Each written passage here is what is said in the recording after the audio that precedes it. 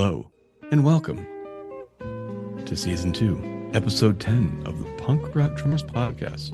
We'll talk to someone who was or is in a punk band or who was just inspired by the music. Today's guest is the insatiable, the impeccable, the untouchable, Michael McDermott of Joan Jett and the Blackhearts. Take it away, Matthew. Yes.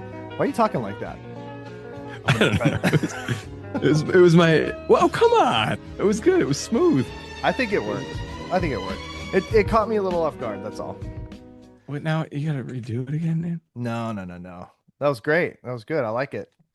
So yeah, I'm looking through his history of bands, and you said Joan Jett and the Blackhearts, formerly the Bouncing Souls, and then Murphy's Law, Skinnerbox, and I get to Mephistopheles, and Yeah. whenever I hear that name, it makes me itchy. Like it makes me feel like I got something, Well, I don't know. I know you're a man of faith, so I don't know if that satanic ska just makes you feel yucky. No, it just sounds like something you catch, Yeah, I was a vet tech for many years, and we would get dogs with cats with these things like scabies and whatever, and it just kind of makes me think of that, It makes me Yes, itchy. that's true. That's a cool name though. Yeah. Makes me itchy. That's a great band name. Yeah, super cool guy. Fun interview. You asked me how long this one was the other day, and I said an hour and a half. This one's actually 2 hours long. Oh yeah, it's a long boy. I was wrong.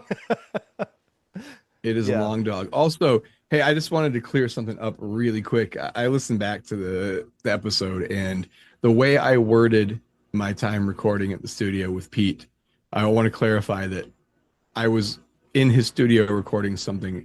I didn't want it to sound like I was saying I was in a band with Pete. I was doing drums in his studio for something unrelated to him musically. So, yeah, just wanted to put that out there. Pete and I are not in a band together.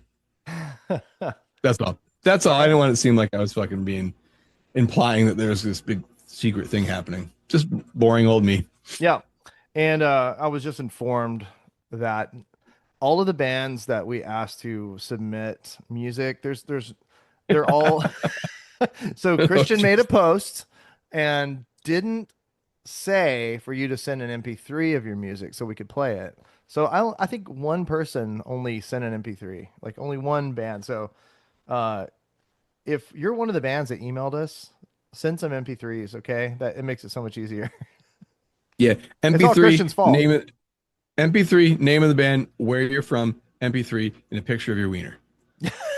Wait, your dog, your wiener. If you have a wiener dog, a picture of your dog. Yeah. Where is this going? I got to be honest with you, Matt. When I did the movie voice, I thought you said I'm starting over, so I'm kind of lost right now. But Yeah, we're not starting over. It was too good. I liked it. all right, well, all right, well. Any news? It would be first. Any news in the punk rock drumming world? I got nothing. Oh, dude. Yeah, it's kind of a bummer.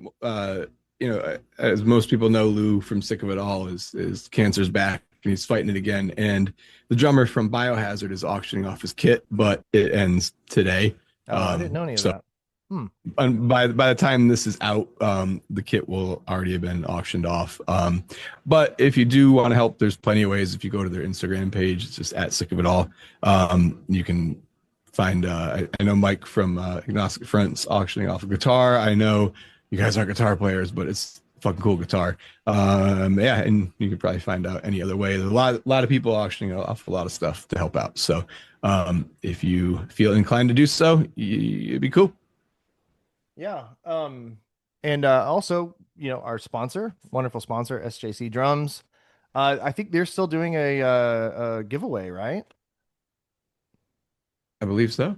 Yeah. And I'll put the details I'll put the links and everything in there too. But wonderful people at SJC Drums, and their website is sjcdrums.com. So go check them out. Yes, sir. Yeah, it's sparkly. It's a sparkly drum set. Yeah, they've got awesome drums. I keep up with them, and amazing. I want to get my hands on some of them one day. Are we still talking about drums? I know I mentioned Yeah. wieners earlier. You got a one-track mind, buddy. Oh boy. And seriously, please don't send us pictures of your wiener. No, we'll send them to Christian. Oh God. He No, brought I'm it not gonna up. say more. Mm, mm. You know this could go way worse, so I'm just gonna Hmm. I'll keep the rest of the comments to myself. But anyways, yeah, this was fucking awesome. It's pretty bouncing souls heavy. That was my most of what I was familiar with Mike. So with Michael, so kind of most of it hovers around that time. But um, such a nice dude. You'll Hmm. hear it. I mean, he's just a Yep. genuine guy. Yeah, this was a cool one, man. I'm really psyched on it. And I hope you all enjoy it. All right, let's do it. Goodbye. Don't do that. Bye.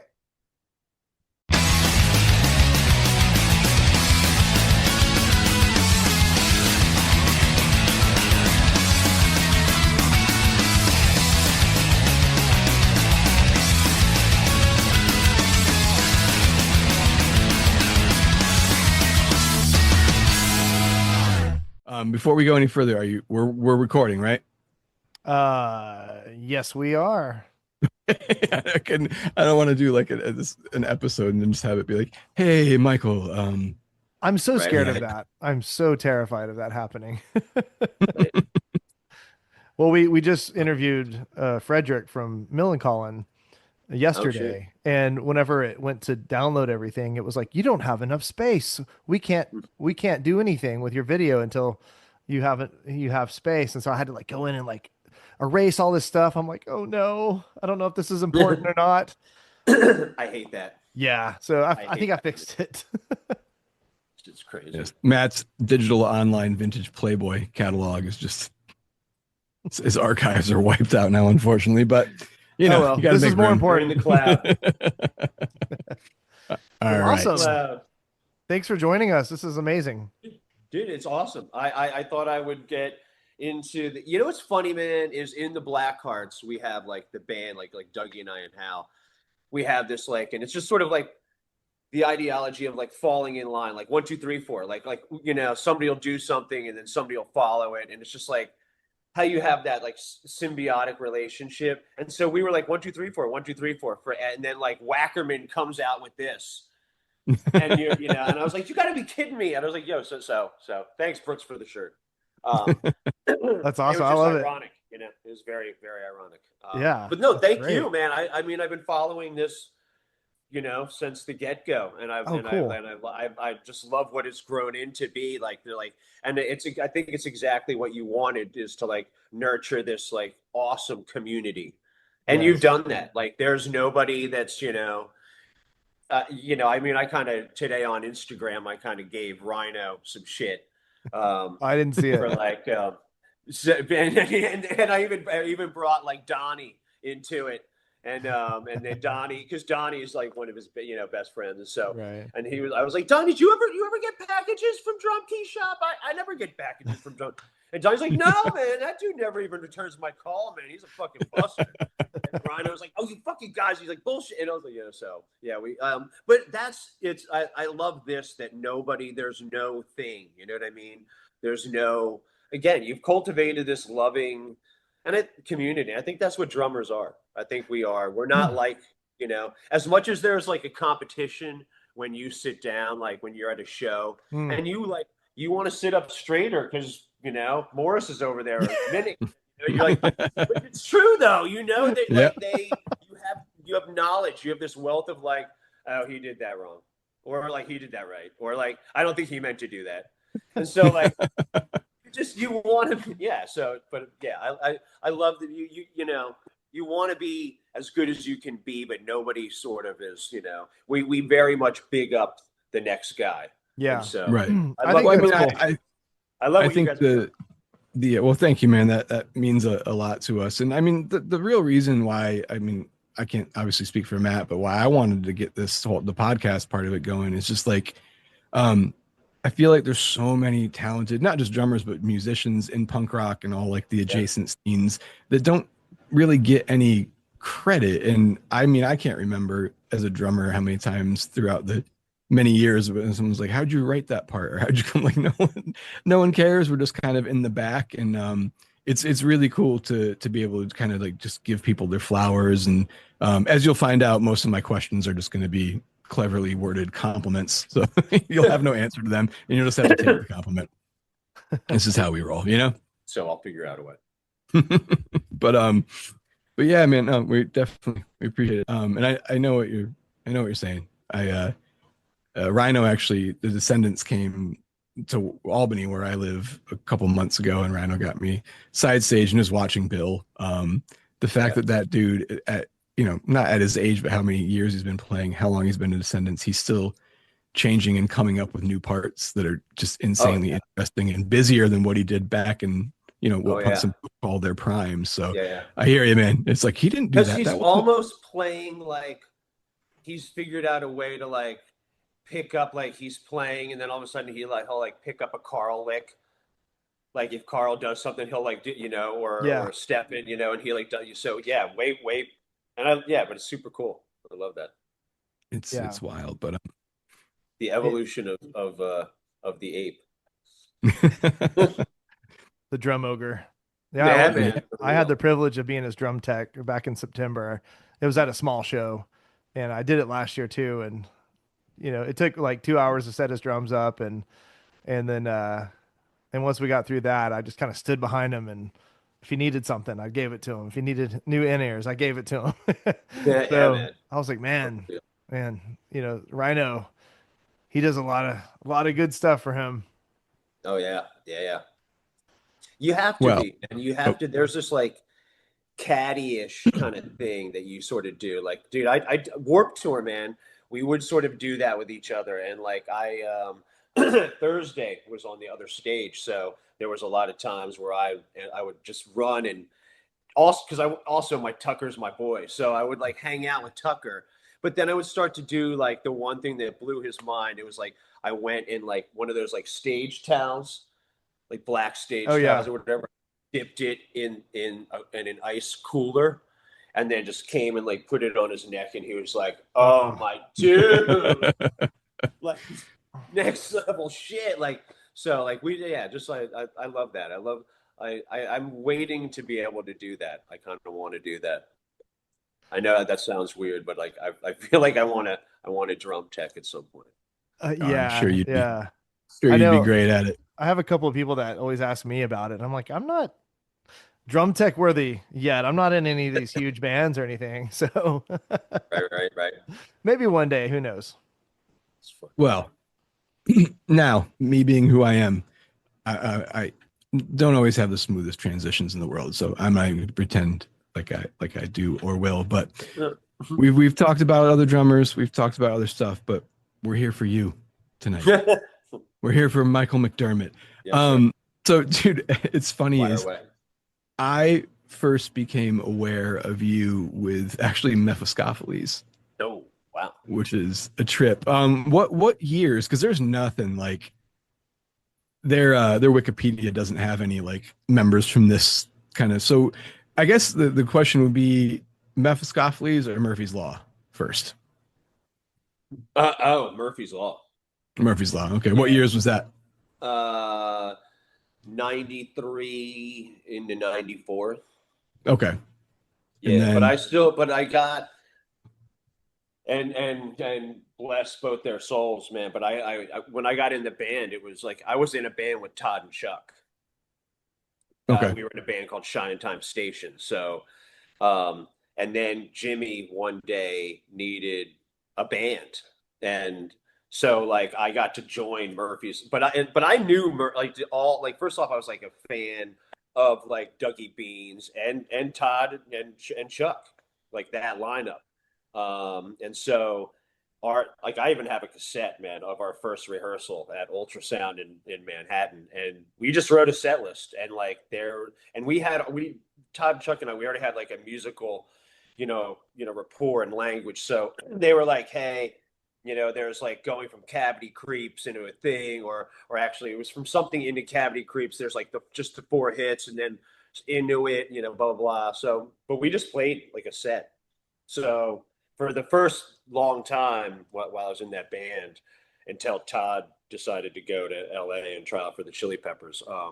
Yeah, like so for me, I was like, wow, I'm in like this band, like, and it sounded just like that. I mean, like, what a live band, and Jimmy Drescher is such like probably one of the best frontmen, Oh like yeah, they're like an just insane live. really, and like you say with Bill, like same thing with that dude. Like if you hear like the new record, like just the evolution, he gets better and better. The band gets better and better. It's rad. It's great shit. So yeah, Nice. I love it. Where are you? Where are you hailing from originally? Right outside of Philadelphia, like Yardley, Pennsylvania. But I was right across the river from Trenton, New Jersey, which had Okay. City Gardens. So I would go to like Sundays, man. Sundays at City Gardens, you could see anything from like Gangrene, Dag Nasty, Agent Orange to like Descendants, or I mean the first show, or no, maybe one of the last Descendants things, like at the merch table, and he was like, "Hey, do you want to hear a new band?" And we went out to my Subaru, and he had a cassette of All Roy Says, and he had a coffee and a Jolt. What was Joel that, Cole, like, and they what, were both 88? on. And my friend Kenny and I, like, he sat in the passenger seat and played us All Roy Says on a cassette tape. And we, like, Kenny and I just kept being like, "Are you kidding me?" Like, so, yeah. Like, all the greatest stuff. I mean, you could Eka Mouse, Sister Carol, the Wailers, all that, but it's tons of punk stuff, Angry Samoan, 7 Seconds. There's just so many great Sunday shows. The Sunday where Waddy from the Exploited spit on the skinheads, and the skinheads went outside and flipped the van over. Like, Dude. good shit, man. When punk was dangerous, man. Yeah. That was Yeah. I late think I 80s, came I in. assume, right? Yeah. Hmm. Yeah. Yeah. So, Sorry, I just talked to Dave 2 days ago. You mentioned already says, and I talked to Dave a couple days ago. He's doing well. oh wow, that's good. Yeah. Good. He was having some health issues for a while, but he's good. Yeah. Yep. So Wow. Okay. yeah. Two of my Yeah. favorite all records, says and Yeah, friends. dude. I mean, it really, like, another great band, that like evolved, like Oh, and a for sure. weird extension, like where you're like, what's gonna happen? And then you're like, oh wow. Like, I mean, some of my favorite songs from that, though, are all songs. Hmm. So yeah, but yeah, It's man, awesome. good. I love it. That's Anyway, so but yeah, Murphy's Law first, which was like 90, yeah, 93 into 94, and then I went and did that's when like that whole like new rap metal shit was coming around, and sorry, this is a family friendly channel stuff. that's That's when fine. the You're good. You're and good. You're good. and so there was a band out of like Florida that had opened up for Murphy's Law, and they were on Atlantic Records, and they called, and I shouldn't have even gone, man, because my mother was like, "No, I don't trust them. They don't sound. The manager sounds shady." And so, but I went. They were, when you're going, you're like, "Wow, Atlantic Records. I want to." So I went down and did that for a couple of years, and by '97, I was back in New York City, and that's when I started doing all the ska stuff. Django, King Django from like Skinner Box, Stubborn All Stars. He and Danny Doolin played trombone and trumpet in Murphy's Law.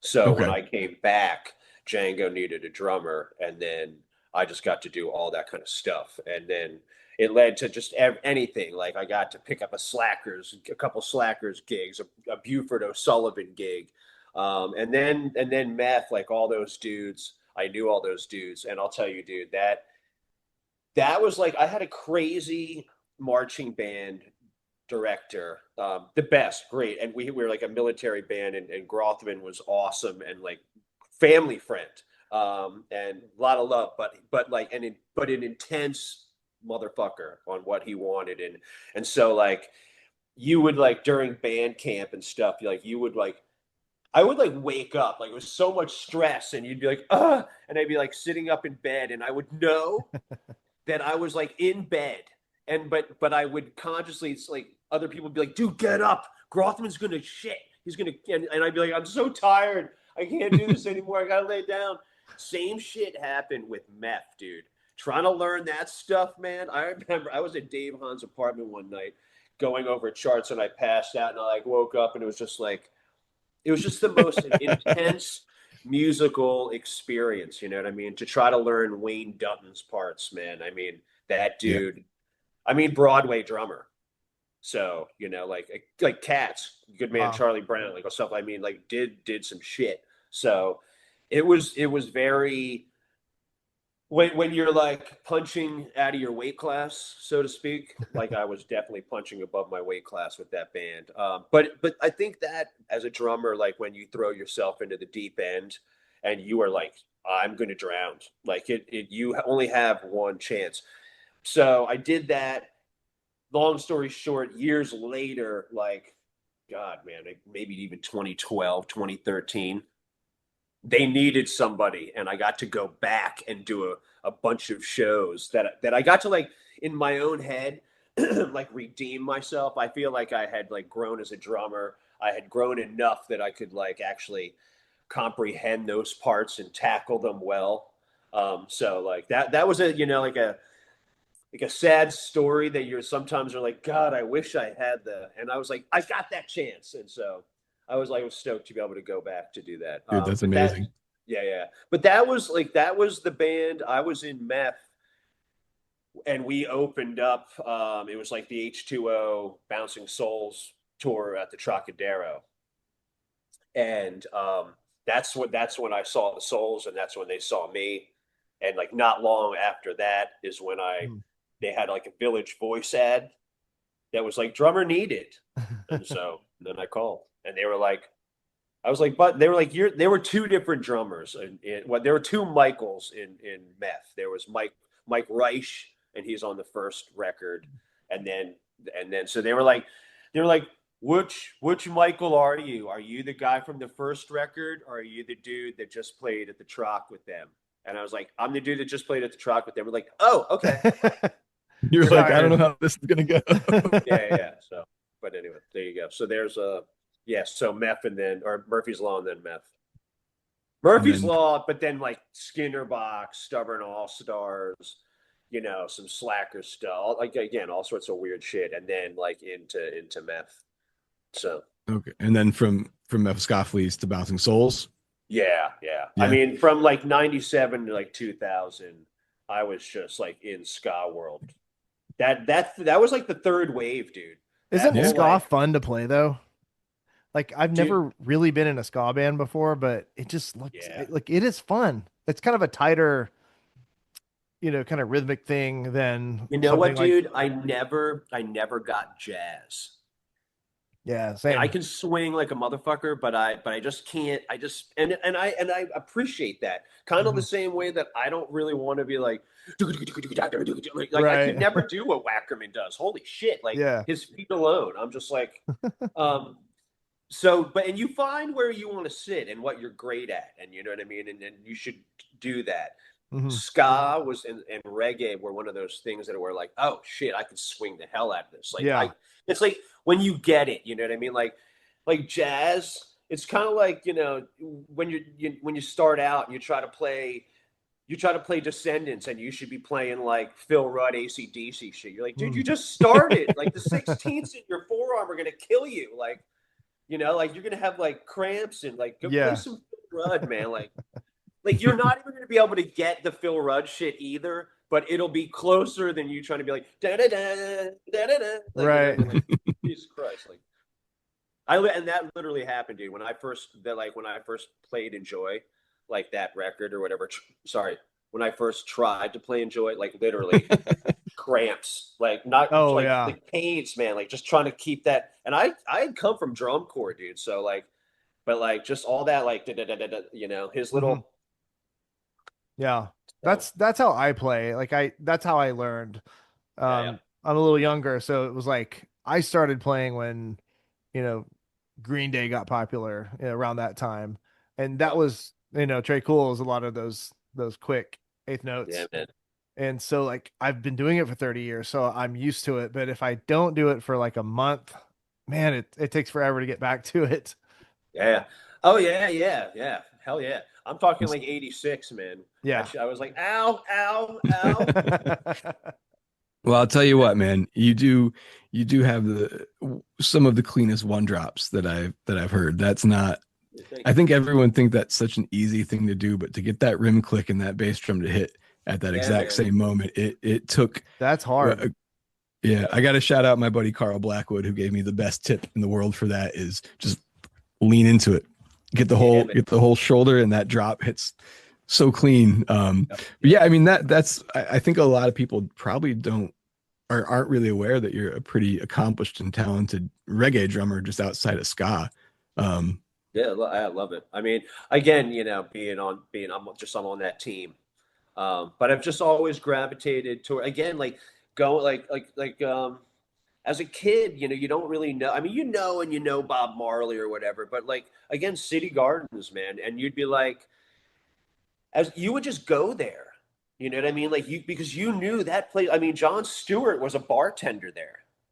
You know I've what I mean? seen Daily pictures of Show, it. Jon Stewart was, I mean, and I was too young. I never went into the back, so I didn't know him. But I mean, like, it was a fucking hip spot. Yeah. I saw Sam Kinison there. You know, I saw Suicidal Tendencies there. I mean, like Eka Mouse. I was like Sister, like like all the and you, but at like that, like you just go. You're like, who's Eka Mouse, and you go and like and you learn like that's. But so yeah, like it was like jazz was just the thing, man. We had like a wicked jazz band, back to Grothman, and like we had a wicked jazz band where our drummer, the guy ahead of me, Rob Bray, was a Rush dude. Mm. His family owned a construction company. We got stoned on the way to his house. I heard the myth of Rob Bray. Went down in his basement, and you were like, oh my God. And it was like 6, 8, 10, 12 concert toms, 12, 13, 15, 16, 18, 224 Simmons pads in the back. And he was like, what do you want me to play? And I was like, I hear you can play moving pictures. He's like, yeah. When we get to YYZ, if you want me to do the extended solo, you're gonna have to pull the needle up on the record. And I was like, and he sat down and was like, dun, and just played that whole shit. You Wow. just so that was our jazz band drummer, and he did the YYZ solo for jazz band. Mm. So he'd go to competitions, and people would be like, they'd give him like if there was like the first prize was like the cymbal package and the second prize was like a stick package, they'd be like, he's got to get both. Yeah. Like nobody came close to him. Like you know what I mean? Like so like the jazz thing again, man. That's where I was like, nah, he's got that. So anyway, Yeah, I always I always hit too hard. I couldn't finesse. I never had a drum teacher, so yeah, I just went right in with like the heavy hitting stuff, and that's just all I knew. So yep, jazz came later to me because I was like, I wonder if I can play softer now. And yeah. you know, I just never got into it enough to learn. So kudos if you can play jazz and also hit hard. Man, Yeah, man. kudos to people who like. I don't care what you're in, even in art. Hmm. Like if you find your medium Hmm. and you recognize your medium, you know what I mean? And like some people, I knew that I was not Neil, that I could do Charlie better. Hmm. And so I'm like, I'm gonna do Charlie, and I'm gonna try to like add on that, but I'm gonna try to just stay in my lane, you know what I mean? And I think there's something to be said for that, like you, and you're like, I'm just gonna stay, I'm gonna do what I do. And like, and there's also that, like that whole like drum teacher thing, man. Like I get it, like, but the first thing that I would ever when kids are yeah, and I've had that so much like coming up where people are like, would you teach my kid? Would you teach my kid? And I'd be like, I'd come over and I'd give him a couple pairs of sticks and be like, this is what you got to do. This is what you got to get. Hmm. And they would have a drum kit, but I'd be like, you got to like, can you play off of your cassette player? Can you blah blah blah? Okay, you got to get ACDC Back in Black, and like Yeah. just play this front to back, play A side, flip the cassette, play it again. I was like, call me in like a couple months. You know what I mean? Like you need I mean, I have a really horrible, like, analogy for the whole thing. It's that it's very comedic, and I don't. It's bad. This is Family Channel. I know it's not. I love horrible. Okay, so Let's hear it. it's almost like like masturbation, right? Like when a kid, like you just figure out where your thing is, and they're like, "Okay, you ready? We're gonna film you," and you're like, "Wait, what? We're doing porn?" Like you're like, "I haven't even figured out how this thing works. I don't even like what is it?" And so I feel like the same way with sticks. You're kind of like very awkward at first, and you're like, "I don't even know." Like you got to figure it out. And so, and then, before you can start to like anything, you got to like, get used to it and just feel your own. And kudos to parents who let us do that. Oh my gosh. Like, you can go in that room, or you can go in the attic or in the basement or wherever you got to go, or in the, garage. Like we wouldn't be, and, unless we had those people that my were parents like, are saints. Yep. Yeah, man. Yep.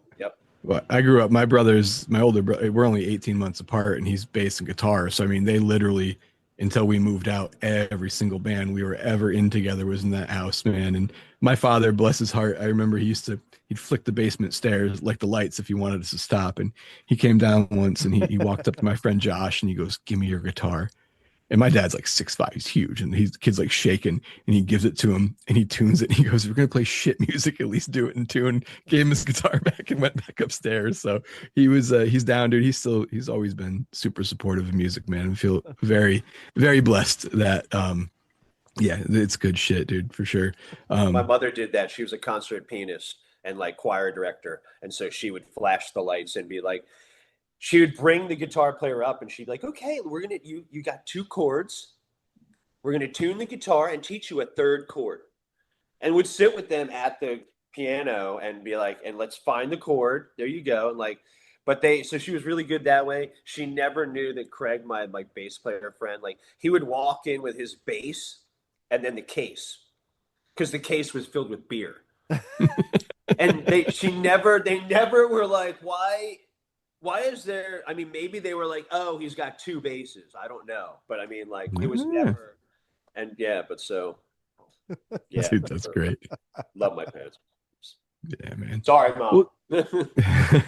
Well, dude, if you don't mind, man, I'd like to kind of to get into the meat and potatoes here.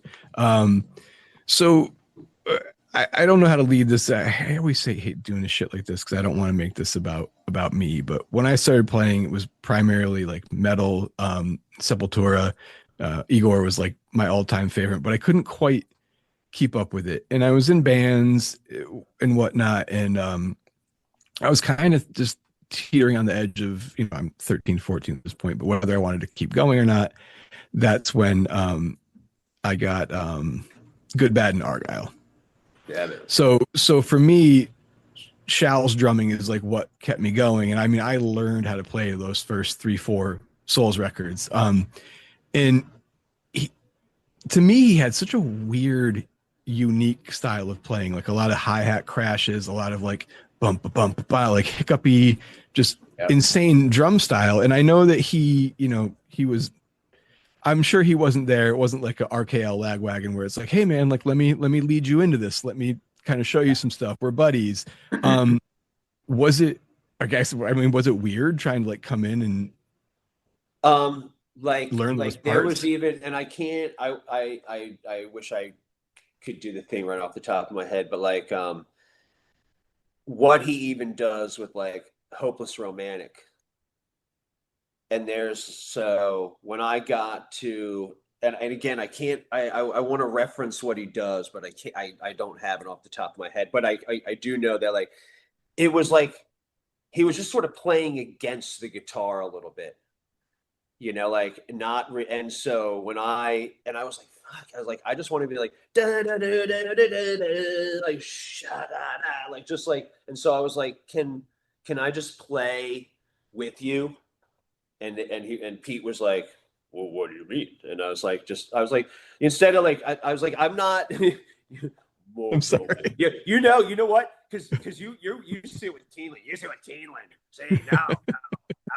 I just love that everyone's impersonation of those dudes is just the same voice for everybody. Yeah, man. Oh my God. oh my God, the general. And Uh, so, but that's so I just did that. Yes, it was everything, dude. It was, and it was funny. Like last night, I got a new phone, and I don't have like an adapter. I'm still on like Lightning, and so I got a C. So I'm waiting on like my C with audio adapter to. So I'm like in old iPod land, and they're with like the Live at the Troubadour stuff.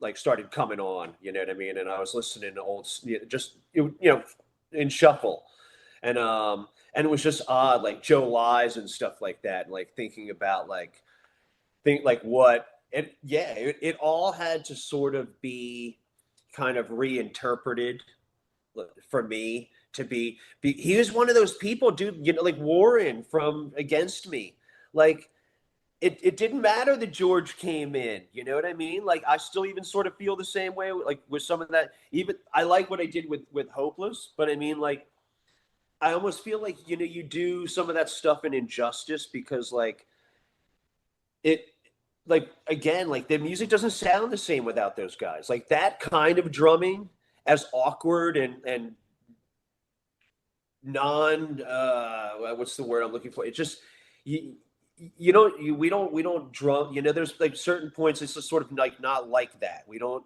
there's a way you kind of do some things, and they sort of do things a little askewed or like out of the norm of how and but that makes that yeah, then fuels the song in that way, that like people that are like, no, that's not how it goes. That's not how you do that.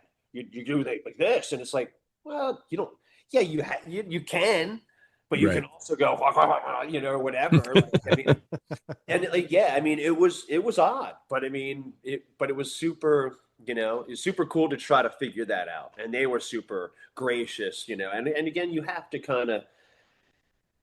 to sort of like honor those parts, man, and really Right. like you can't just it's, I there's so much Bouncing Soul shit that I feel like I way overplayed on, just because you could, you know what I mean. And then you're out again there, but you're out and you're playing with Bad Religion. You're like, well, Brooks is doing it, and like it's like well, if everybody, yeah. So but yeah, it was a little odd, but at the same time, super challenging, super cool. Way easier than learning any meth stuff for sure. Yeah. But So so leading into that, I mean, Summer Vacation was your first yeah, release with Bouncing Souls. And you have that was such a, I wouldn't say like a refreshing change, but I always appreciated the fact that you didn't come into that first record and just try to do what wasn't yours and did your thing. yeah. Um, and that, I mean, that had such an iconic snare tone in it. So I got to ask for the gear nerd. I mean, what drum were you using? What snare was that on that record? I feel like that was like an old like Ludwig like maple, kind of Okay, like 14 by 5, just sort of like cracking, and it cranking. wasn't really that, and probably like a Premier Signia Okay. with like this crazy die cast hoop kind of shit. Um, but they were a band, man. Like I watched them, and it wasn't fair. It wasn't a fair representation of them when I like that when I was in Mephiskopheles and we played with them at the Troc in Philly, and I did not know that that was actually Shao's physical last show, and there was Oh an wow. actual like physical incident that was happening, throughout the day, like of just, and just again, if anybody's ever experiencing any mental decline, call for help, and like what you got to as and they they as souls, they tried to help him in every which way. That being said, that was his last show. So for me, I was like, I'm watching this and I'm like, you saw four people that were completely disconnected from each other, but what you really saw, like those three are amazing. You know what I mean? Like just I mean vocally the harmonies, like the rhythms, like like Keeneland. I mean, you know what I mean? Like his bass lines. So like He doesn't get enough credit in the world of bass dude, players, I not don't think. at all, man. The general, dude. So he like things like that. Like I was like, wow. this there was a band in my brain again though. Then going back and listening to the records, I have a totally different take. He wasn't in the same shape he was that last day, but I was like, wow, this band could really use a great drummer. You know what I mean? They're a great band. They just need a better drummer. Again, I didn't know. And then that's when they put out an ad, which is crazy. Put out an ad in the Village Voice. I know you'd That's think a band wild. like them, they would just have people lining up, just word of mouth. Dude, it was different back then, man. Yeah. Like, dude, you gotta ask, you Christian, you gotta ask Keeneland, man, because they have some great voicemail stuff. Like, yo, this is Joey from Queens. Yo, I got drums. I'll bring down my fucking drums. Let's go. Like, and like they were like, oh my god, like the most random shit of they said. Dude, I was actually gonna try to have him pop in tonight, but they're doing a Beach Rat show. So Yeah. they're gigging tonight, but I'm sure he probably would have loved that. But so dude, if you don't mind, like tell me a little bit about like the writing process on Summer Vacation, because you were probably I'm assuming still sort of like maybe finding like your role or finding your place as far as like contributing. Yeah. Was it a bit of a bump in the road for you to kind of settle No, in on dude. that? I Or? mean, like for the littlest bit, I mean, it was the three of us. I mean, Greg was out doing some stuff, you know what I mean? And it was sort of really kind of like any band though. Like, I mean, it was way different after like a lot of records after that because G-Man started playing more guitar. And like, when you start to do that, more guitar, more piano, when you can introduce your own like melodies or things that you've done, you know what I mean? But until I think that was still he was still like in that, moving. And so the three of us, I went to Brooklyn every day and we were in Dumbo, man, and we shared a space with Sick of It All. And I mean, they were never there when we were there, but and you passed Medeski Martin and Wood's room, but it was cool, man. We just went there every day, which is odd because I had when I was in like the last little thing of Murphy's Law, like back in like nine, we were out in Dumbo, but that's when there were like packs of roaming dogs, and it was crazy. Um, but we just went there every day, and no, like I got to easily, again, man, like those what they play, you're just like, it's so great, you know what I mean? That you're like, oh, fuck, I know what I would do there. Like, it's so lending to like greatness that you really, the only thing you're tasked with is not fucking it up. Right. Like just compliment that shit. Like that is amazing.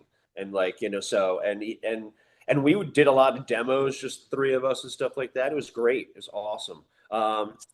After that, man, I mean, it's really, if you've ever been to Kate's house, Christian or Matt, like they're, like where, or seen pictures, man, like you're in like one end of this, like, sorry, I'll do it this way. You're in like one end of the basement, and like probably like, I don't know, 10 feet out, they just Pete sits over here and faces Keeneland, and Keeneland sits here and faces Pete. And they're just like, oh, no, and so Greg's down at the end, drinking tea. Everybody's got notebooks, and like composition books are out, and like it's a very round robin thing. It's you like finding my own way. Like that was a band, dude, that like you knew, and especially as a drummer, man, you figure out where to sit, where your place is. With the Blackhearts, I know where my place is. I know where to sit. I know what to do. And they were really an entity that was like, again, you're just tasked with complimenting it, complimenting this like greatness, and just and whatever like they wanted to do. I think there was that too, like where, and they were a high school band.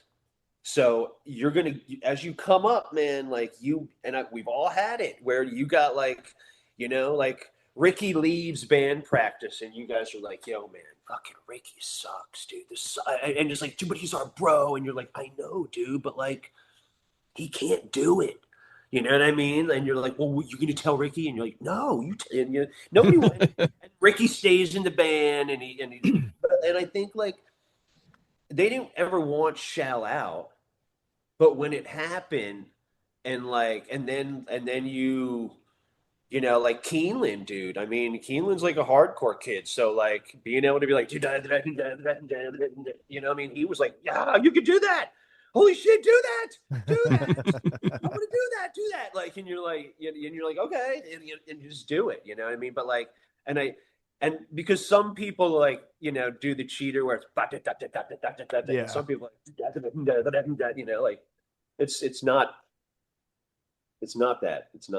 I mean, some stuff it can be that, but I mean, not what Little we. D beat here. It Yeah. doesn't all have to be the forbidden beat, but it's just got to be the punk beat, and you either got to do an East Coast punk beat or a West Coast punk, but to do something to make it. And I think Keeneland was, and both of them were just like you could, you know, whatever they came up with, you could just sort of be like compliment that, and take them, help them paint the picture that you didn't. Again, you just didn't want to mess it up. Yeah, man. Um, yeah, I noticed. I think the thing that stood out the most to me, especially on summer vacation, were the fills were either super simple or almost kind of just like a boom, real quick, just kind of staying. I don't want to say staying out of the way, but that I don't know if that offset was intentional of going pretty simple in the fills, but some of those kick patterns you did on that record were insane. And on the behalf of most drummers, dude, fuck you for that kick pattern in True Believers. Keeping that going throughout the whole song, dude. What made you like did you try a couple different patterns out before it and that just came natural and I, felt good? I feel like, I mean, I feel like I'm like I play very musically, Yeah. kind of like not to the degree of Stevenson where I'm like, I'm gonna take your thing, like I mean, but like I like to sort of like that, you know what I mean? Like use your toms, their notes, use Mhm. them musically, use like things like that, like so, and it can be as as simple as that. Um, but yeah, just no, that just sort of like that. That's just when they played that, you were like, oh, dude, no, you just again, I was like, I know what to do. I know what to do. It's I like mean, they would, instinctive. again, man, they would write such great stuff, man, that you're just like, you just knew. You were like, oh, cool, okay, that like, I love when bands write music that makes sense. I don't know if this makes sense when I say this, but Oh, the irony. I know when you hear it, it's like, oh yeah, I can hear everything. I can like when you play this rhythm or whatever, I know exactly what to do, and I love when that happens. dude, kilograms, man.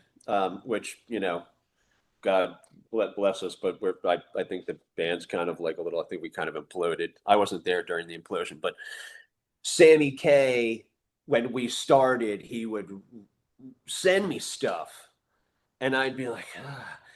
And I'd call him, right, and I'd be like, dude, and he'd be like, no, like it's like an Elvis Costello meets that, and I'd be like, Gittleman would send me stuff, and I'd be like, oh. Yeah. Like, oh, I know what to play here, like that, like that's what you're talking about. Like Yes. Gittleman shit made sense immediately, and I love all Sammy K shit of it, everybody's stuff. We made a great record, but like that's what you're talking about, like Yep. where Sammy with his stuff, it was more like, what are you thinking? And Gittleman, I'm like, I know what you're thinking. Like, and it was always that. I mean, even to this day, I'm still demoing stuff for Joe, and like we're doing stuff, and like he never, like even he's like, buddy, he's like, you laid off that like first like verse into like you, and it was like because it sounded like a guitar and vocal thing. Like I wasn't supposed to come. He's like, you were. He's like, wow. I was like, just that. Like, yeah, but you have that again. You have that musical symbiosis with some people. You know what I mean? And you're just like, so stoked, man. I was stoked to make that record. But yeah, Well, that's what you're talking about. That when Yeah. shit makes sense. Yeah, yeah, man. I've I been mean, doing a lot of online stuff. Like I've been recording, like I recorded a Down by Law album and we did it all remotely. And so I had to use all my instincts because all Dave sent me was guitar and a click. So it's Oh like wow. I had to reach back and go, what's going to make sense here or here? Is it just guitar and vocal? I don't know, but it sounds like it to me. And then Dave actually kind of wrote around what I did, so it actually worked out really well. But No pressure. yeah, So I it mean, was literally like you had no vocal at all. no, and I'm very like when I write drum parts, it's very like in tune with vocal melody. Yeah, yeah, I yeah. I do fills with vocals, that's Yeah, because you that's don't how want I've to step always on been. them.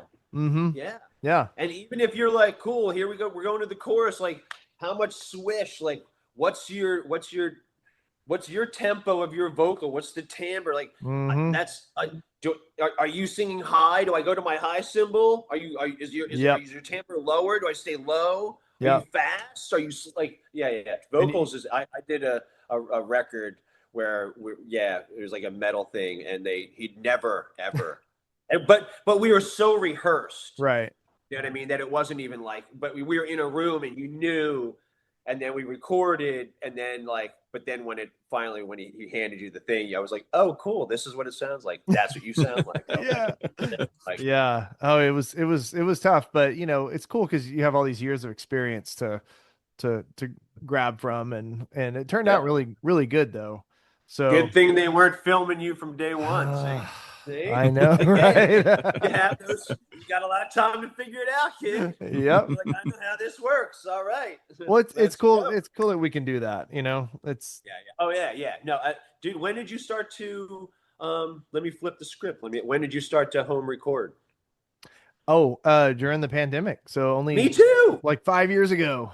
Yeah, dude. Me too. I've Me too. learned so much. Yeah, dude. Yeah, that helped so much. It like I am definitely one of those people that like I didn't really mind being, and my girlfriend and I, my ex, we weren't, we're not together, but that was out of the 13 years we were together. Those were like the two best years we ever had, where you would like, people were getting divorced, but like, yeah, man, like that, we started doing like the home together things, and I would do it on GoPro, and we would send it to Hal, our bass player. He had like a guy that would do all his stuff, and so Steve was like one point was like, "Hey, did you ever think about getting like a two mic thing? Could really help these things." And I was like, "Dude, I'm running all my stuff's all mic'd up, and I'm running through a Mackie board." He's like, "Really?"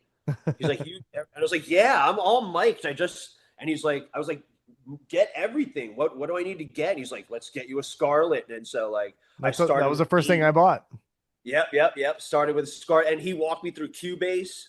Hmm. Like there's also that you need, at least for me, man, like and I still like, I have Kevin Conroy, this drummer for one of my drum techs from the Souls, but plays with Dave Haas in the Mermaid, great drummer. And I'm so jelly. He's so into like the recording in his spot, but like mixing and all that stuff and doing the things. And I'm like, God, That's what I I'm learning. I Mixing's need to tough. get there. I love being able to record, but every time and I get a lot of people, but they just want clean raw stems. Mm. They don't want my interpretation of reverb or a thing. They're like, I need your snare to be like cracking or like Yeah. deep. And I want the same sound every hit, you know what I mean? And I want the feel. But I'm there where I'm like, God, I want to start getting into plugins and things, and yeah. Yeah, for But that's when sure. I learned It's too. Yeah. it's it's tough. Like my studio is designed mostly for drummers to come in because I know anyone can record guitar at home. They can record vocals at home, but I made my studio for drummers, and so that's what I've been doing a lot. Is if I'm not recording myself, it's another drummer and Oh wow. learning how to get good sounds and everything. But it sounds like you like to kind of produce too a little bit, like Huh? like you kind of have a producer's kind of Yeah, I brain, mean, I I think, think. I think, I mean, if you listen to enough stuff, man, Yeah. and again, as a kid, man, my mother just sort of brought me that one of the worst things I ever did was not take piano lessons from her. Yeah. Like the dumbest things that I've ever done in my life. I've done a bunch of dumb shit in my life, but not being like, hey, mom, can you, let's just sit down and like, I mean, if I had that wealth of knowledge now, then yeah, I would be able to. But yeah, I think you kind of get into that because you just know, Right. what sort of sounds good. You listen to the right stuff. So when you're in a room with people, you can kind of interject and, you know, Yeah. You know, just talk about chord structure or like let's take it here or like you know, yeah, Yeah, I like we need a that. bridge. Where's the bridge? We got, you know, so it's just yeah, I mean you either know or you don't know. Yeah, getting levels after a while is kind of easy. Yo, yeah, yeah, Good yeah, clean yeah. signal. Yeah, man, like that's that, yeah, for sure. Which is again, that's all somebody wants. Like Gittleman, Yeah. even him, like I send him stuff, man, and he just takes it and does what he wants to do with it. I just sort of like, you know, there you go. It was fun because we did the last Kilograms record we did with Steinkoff at Little Eden. Mm. Oh, Actually, nice. only Kilograms.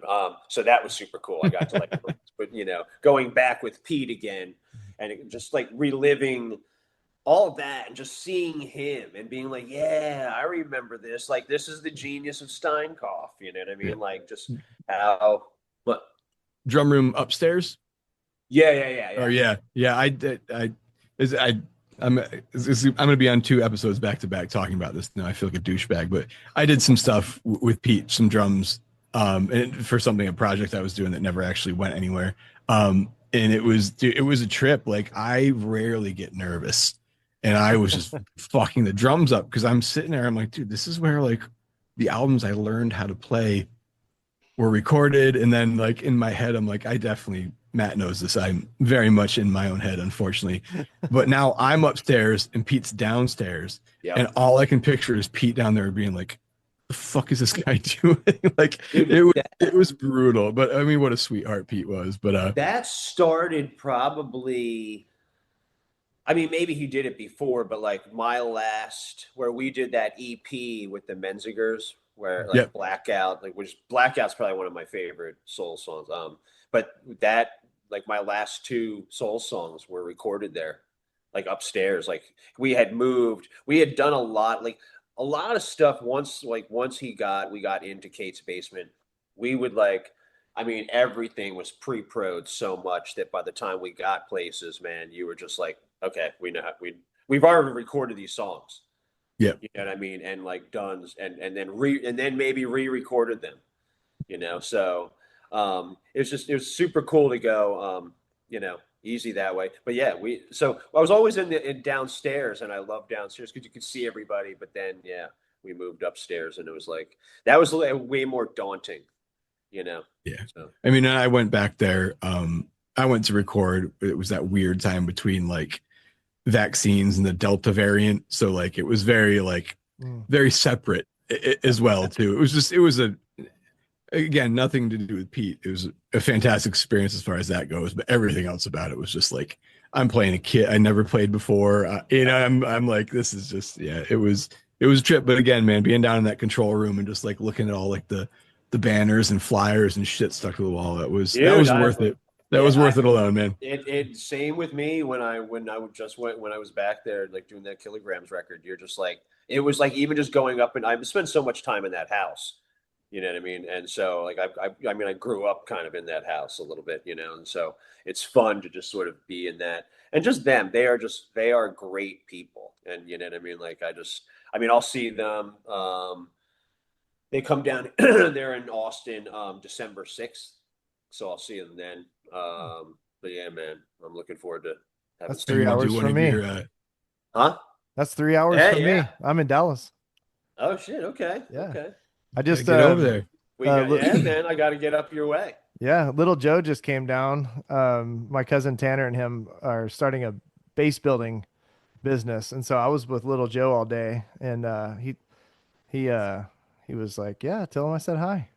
I told him we are going to interview you later on. Dude, last time I saw little Joe, I was staying with Ron and Laura at their Yeah. house, and he came over, and we were having like, but it was like a Sunday morning, and we were having like mimosas and shit, and got all like tipsy, and then he and Dave like went in like Dave's drum like his studio Yeah. and started. They were like, "We're gonna go practice." It was like, "Cool."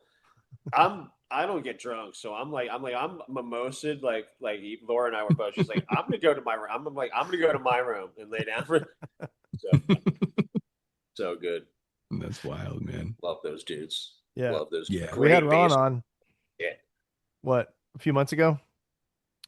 Dave was on. When was that? Back in it's probably May or so. Yeah. Yes. Yeah. Yeah. He's I got fun. to see him. Got to see him at Stoke this past year. I got Yeah. to. Yeah, dude. Rhino got me up there. I get to sit behind, watch him play. It was Oh, cool. wow. Yeah, Dude, dude. he is He's just so he good. is I almost feel like he's gonna go through shit sometimes. Like when he hits like especially this crash is straight ahead of him. I almost feel like it's just gonna go and just break off. Yeah, He caved the stand, dude. Rhino, poor fucking guy, had to stand there for like the last probably 4 or 5 songs and just hold the cymbal. I don't know how Rhino can fucking hear anything. Dude. Like I snuck up behind him and I had extra earplugs and I held him out and he just goes, Yeah. like, all right, dude. So Like, dude, so Rhino, so on Warped Tour, dude, Rhino went around and like even if he wasn't your drum tech, he Tuned your tuned your drums. shit. Yeah. He would do your drums. He He sat did that behind to your me shit. too. Dude, but for me, like so, like, and we just became bros. Like there was a point where our truck broke down, and like, and all like the Souls truck, and I mean, you just saw every bus, like every Warped Tour bus, and the shitty Phoenix TX Winnebago pulled over, and they're like, "You guys want to get in?" And Rhino and I like slept together, like where the table makes a bed in the front, and so like we slept, and like he was like. He moved. He was like, "Come on, homie, lay down." And like, so we've just been bros ever since then. So, but I would come on stage at Warped Tour, and he was Mr. Rourke, so he would go, welcome to Fantasy Island," and like, and he would welcome me like Mr. Rourke to the riser as an island, all your dreams, and dude, like literally, but I mean, he literally the shit he can do I love that is guy. I yo. know Whew. he came to one of my band's shows in Houston a few years ago, and next thing you know, he's tuning my drums. Yeah. Oh, dude. Yeah, for sure. For man, It sure. was certainly I an should honor. just like I should have showed up at that Descendants show with my toms and been like, if you want to, while you're Dude, tuning Bill's he said drums. something about being home, and I was like, "Yo, you should come do all my snare drums." And he was like, "When?" And I was like, "Whoo." And then that song, like, "Oh, wait, hold on, I gotta order heads first, and like be ready for you to come to my." I've got So three Well, of yeah, his snare drums. I've got a big fat like 14 by 8, I think. Or do you say 8 by 14? I can't remember. Maple, and then a mango wood and a a walnut snare, all from when he had CDC, custom okay, drum concepts. I yeah. love those. Those are my favorite snares I've ever owned from Rhino. I gotta get one. I Oh, gotta get one. So I got a amazing. CDC. Yeah. I got a Modern Classic. Actually, those two drum, the Modern Classic he had out on Warped Tour, and he would put that up for me. That's a 714, black, like flat matte black Hmm. kind of thing, which he made then a replica. Like that came out, that's out with Joan. And so, and no matter, but it didn't matter who I was with, man. Sound men are like, "What drum is that? What drum Yeah. is that?" And so I was like, "Dude, I need you to make me." So he made me a CDC replica. So I have a CDC, a Modern Classic, and then God, what was his first? I have his first drum, his first snare drum Oh, company. yeah. He talked about that. What's the name of that? I It's a can't remember the silver, name. like 5 by 14 silver glitter. What's the name of that company? I see the badge, but I can't see the name. Not Hendrix. And then I think I have, and then I have a Hendrix. Yeah, Hendrix You is do. what he does now. Yeah. So I Yeah. kind of have all four of his where Dude, he's that's been. awesome. Yeah. Well, if you feel like it, you can always go back to all 2.5 hours of Rhino's interview and figure out where he talks about it. Right.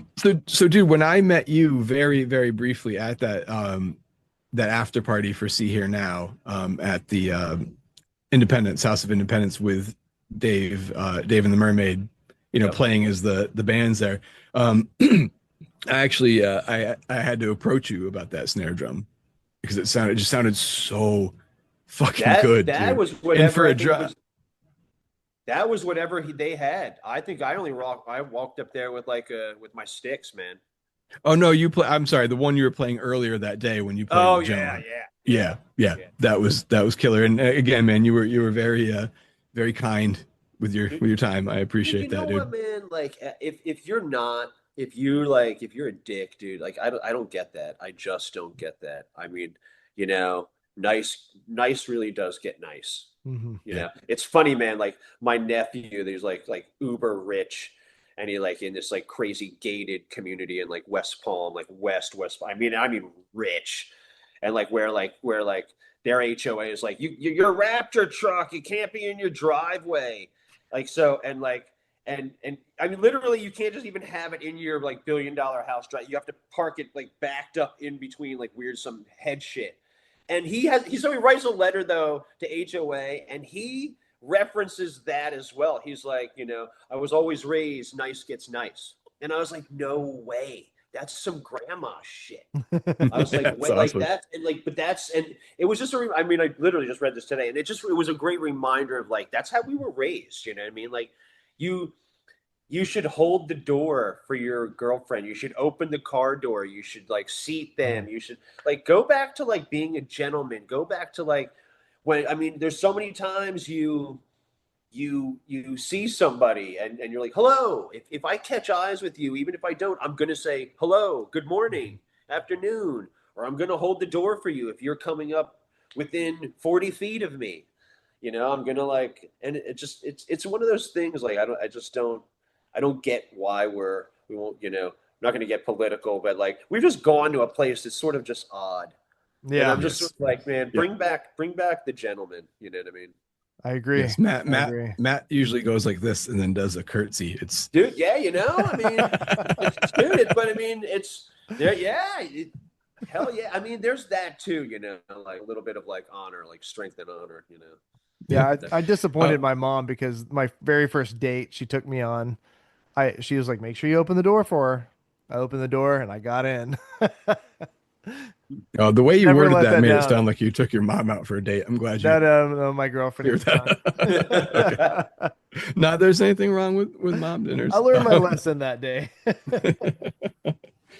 Oh man. So I'm so sorry. I have as Matt knows, I have pretty crippling OCD. So I just keep going back to my little list of things that I wanted to ask. And then I promise we can move on. I just had to get a little bit of an insight on the evolution of just the snare tone in general. I mean, even just through Summer Vacation to the Gold record, got a lot fatter, a little bit more like body. Was that just you just got a different drum or tuned it differently, or was that a conscious decision to suit the progression of the songwriting? I think little bit of everything, little bit of me, and little bit of like figuring out what lane I kind of want to be in. Summer Vacation was definitely its own thing. You know what I mean? Um, and I and but and then and just yeah, I mean, just that I feel like that had its own thing. Everything. I mean, by the Anchors Away had like a bunch of different snares on it. You know what I mean? So there was like and sort of whatever was called for. But I think it was me kind of maybe just consciously wanting like a also like tonality where my snare would fit within the scope of Pete and Brian. You know what I mean? And I just didn't think, there were a lot of pingers out there. You know what I mean? And I think, Summer Vacation got as pingy as I should have gotten.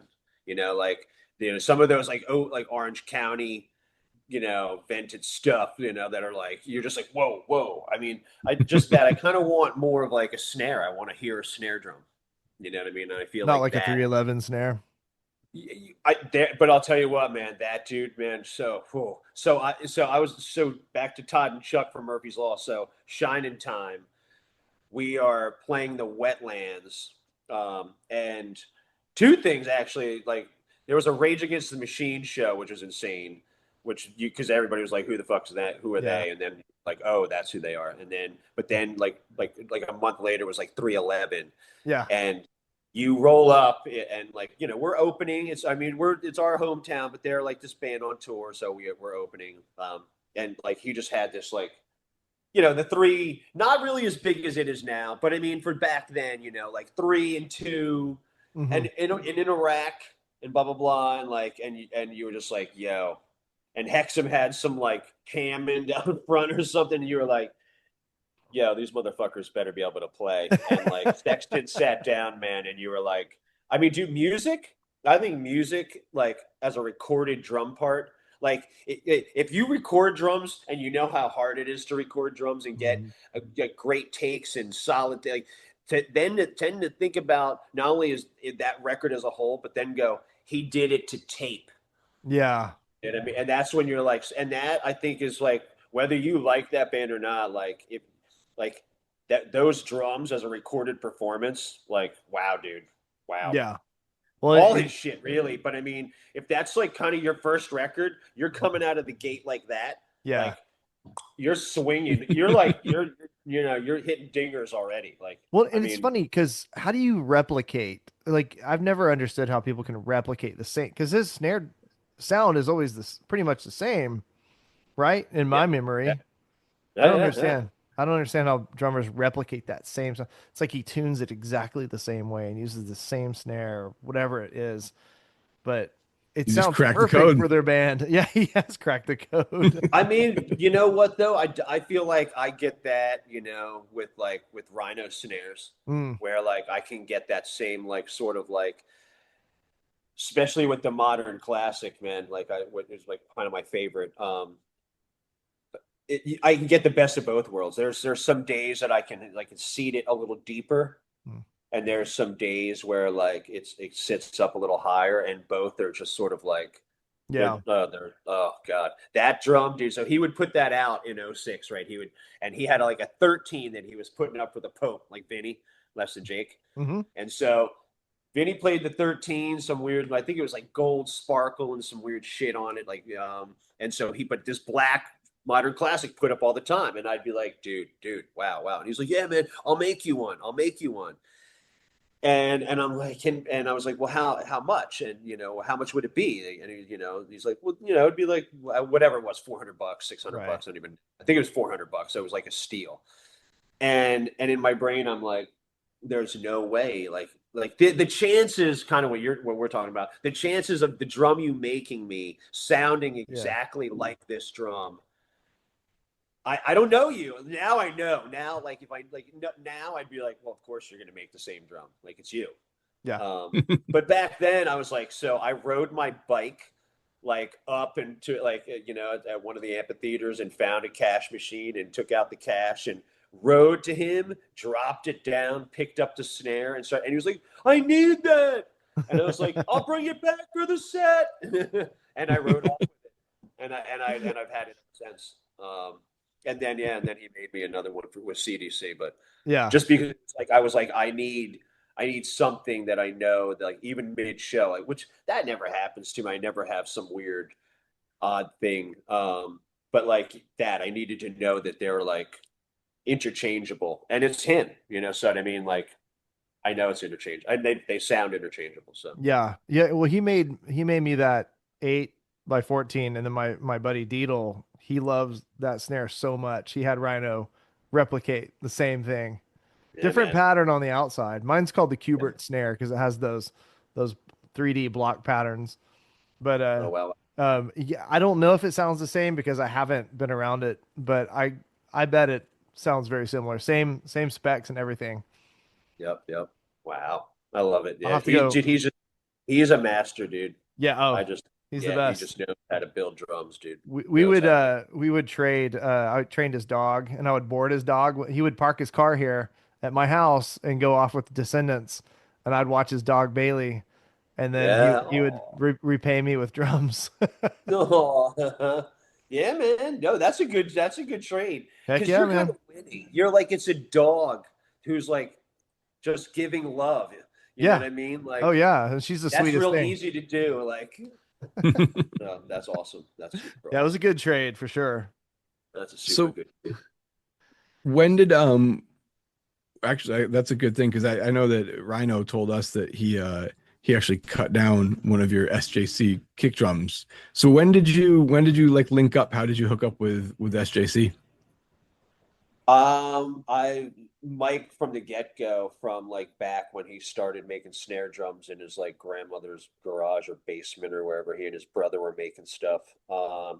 But he was Boston, and I'm a Jersey kid, you know what I mean? I'm in the Souls, and so there was Dark Horse Percussion, and I was like, well, if I'm gonna do something, I'm gonna go. If I'm gonna step out, I was with Premiere, like with that band, that sort of hip hoppy weird thing that we will remain unnamed. But so so but I was with Premiere. Premiere sort of sunk, and I needed a thing, and so Anthony Cartanella, who also does Black 35 guitars, he was starting Dark Horse, and he could help me out, and so that's where I went. So I started with Dark Horse. I didn't get with SJC until I got the Blackheart gig, and then I Okay. called immediately, and I was like, "Dude," and he was like, "What do you need?" I was like, "I can you help me?" He's like, "Yes," and I was like, "I should have come here 20 years ago. I'm sorry." I mean, and so, well, at that point, it was 16 years ago. I should have, but I mean, and he's just been super sweet. Everybody's been super sweet ever since. And again, though, I'm really easy, man. I mean, I only have a couple kits. I think I'm on my second Joan kit, and I have a kit in my studio.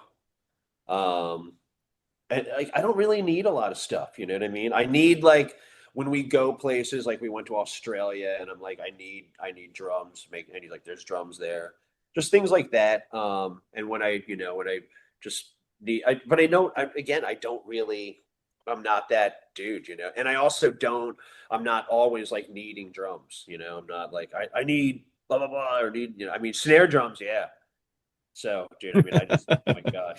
I'll Yeah. send you guys a short video of a Yeah. place, dude, like this Texas drums, like John Dorn, and you walk in and it's like a barn, and I mean like every vintage amazing kit from like Ludwig's to a lot of Ludwig's, Gretsch's, like, and you're just like, but I mean, I'm not like 120 kits Mm. stacked. So you're like, I mean, and they're just like bass drum, floor tom, floor, and all in mint condition. And you're just like, I mean, the most amazing. And then there's like a shed, and he's like, "What do you want?" And you're like, "I don't," and then you're like, Like overwhelming. "Dude, what?" Then you got to go like, "Do you have anything Gretchy between like $400 and $800? Hopefully more towards the 400." And he's like, "Oh, I have a 74 Gretsch, like stop sign badge, chrome over brass, I could do for," and you're like, but I mean, just the most amazing stuff, the most amazing Oh, stuff. And dude. you're like, I, Where is like, I this? none of it's for sale. All the drums, you walk into the room, and you're like, wow. And he's like, and you're like, what would, and he's like, none of it's for sale. And you're like, no, but really. And he's like, no. And then you go, what do you do with it? And he goes, I take a different one out every time I play. And you're like, oh my God. Like, I mean, and maybe one, like, I'm glad to know him, man. Like, and I'm gonna like, because like when the day that he wants to start offloading kids, I mean, I just went there with um Jake Summers, Luke Combs' drummer, Oh and yeah. we were both like, and there's like a sonar that he was like sending to this like Nashville, this guy Near Z, and he's sending, and because Near's like a sonar guy, and he's like, and Near's like, what does he want for that? That's blah blah blah. So, and and Not Dorn's for like, no, sale. no, not at Where did all. you say he was? In Texas, he's kind of like down by me, probably a little south of me, south of Austin. Oh, you're in Austin? Yeah, yeah. Oh, I thought you were in Philadelphia. No, no, no, Austin, man. Oh, Yeah, okay. yeah, Yeah. yeah. Oh. You're close, man. I Yeah, I'm very close. Close. I Yeah. no, I was in Philly. I've only been here. I've only been in Austin for less than a year. Oh, okay. Okay. Um, yeah, I was in like South Florida, and like that, man, just Kick, was the kick only butt good thing about, huh? kick butt coffee. Have you been there? Yes. Yeah. Oh yeah, dude, all the time. Didn't mean to cut you It's off, but that's one of my yeah, favorite yeah. places. Oh yeah, man. Hell yeah. What were Great you coffee, saying? great stuff. Yeah, Great people, great folks, dude. yeah. But yeah, man, it's I just yeah, I love it. I love Austin, just like musically, you know what I mean? Like you can anything on any given night. So Oh yeah. that you know, Music South capital of Florida, Texas. everything was yeah, yeah, yeah. South Florida, everything was like a fucking Sublime cover band, man. You're just you're like it didn't matter what they were playing. It was just like it's just like that Sublime, like it's just a Sublime beat. And you're like, oh god. Are you So in like Austin proper, or are you in one of the towns like around that area? no, I'm in Austin proper. Like if you were Yeah. sitting on my couch, I mean, I'm probably like a to get down to like Sixth Street. Like Sixth Hmm. Street is 2.5 miles, 3 miles. I've seen so But many yeah, good if you were shows out sitting, there. like, or on my balcony, you can see the Yeah. city. Yeah, Ah, so yeah, yeah. I love I didn't. going I there. kind of. I didn't even. This man. I didn't even. When I went to move here, I went from a house, so I had like a studio and a house, and I wasn't going to move in with my girlfriend, and I was like, okay, so I need to get like, what do I need to get? Do I need to get a house? What do I need to get? And so I was like, are there any studio things? And there was like this place called Sonance, and there's a Mhm. couple different like and that was the first thing I got. Like I didn't even look for a house or an apartment. I like You found guys. a spot for my drums to go. And then I was like, okay, I signed a lease. And then I was like, well, I guess I'm moving to Austin. And then like find a place. And my girlfriend like was like, this was one of the kind of places that sort of she looked at, and so she came and looked, and I was like, you know, my magic number with everything like moving was like $1,300. Like car insurance was $1,300 cheaper. Everything was like $1,300 cheaper. Yeah, And I we're was gonna get Christian down here at huh? some point. We're gonna get Christian down here at some point. Oh yeah, yeah. Why? Living in It's upstate New York is so affordable. Oh yeah. Where are you? I am in a small town like outside Albany, New York, What town? Where you? Scotia. Okay, okay. Yeah. It's small. It's small, No, but no, yeah. dude. So I we're love like dude. yeah, it's I small. And mean, then you my get some wife is snow from for sure, and the winter's a little oh, bit. But I mean, dude, yeah, affordability and affordability for like space that you get. Yeah, oh and yeah, yeah. yeah, it's not not amazing. Not amazing. Then, when No, we bought our house, I mean, dude, that was a thing. We bought a house like 2 years ago, and my wife was like, "What the fuck is wrong?" Like the first thing I did was like, I have to see the basement. yeah, And I like look, and a lot of the gentlemen who lived here before us, his stuff was here.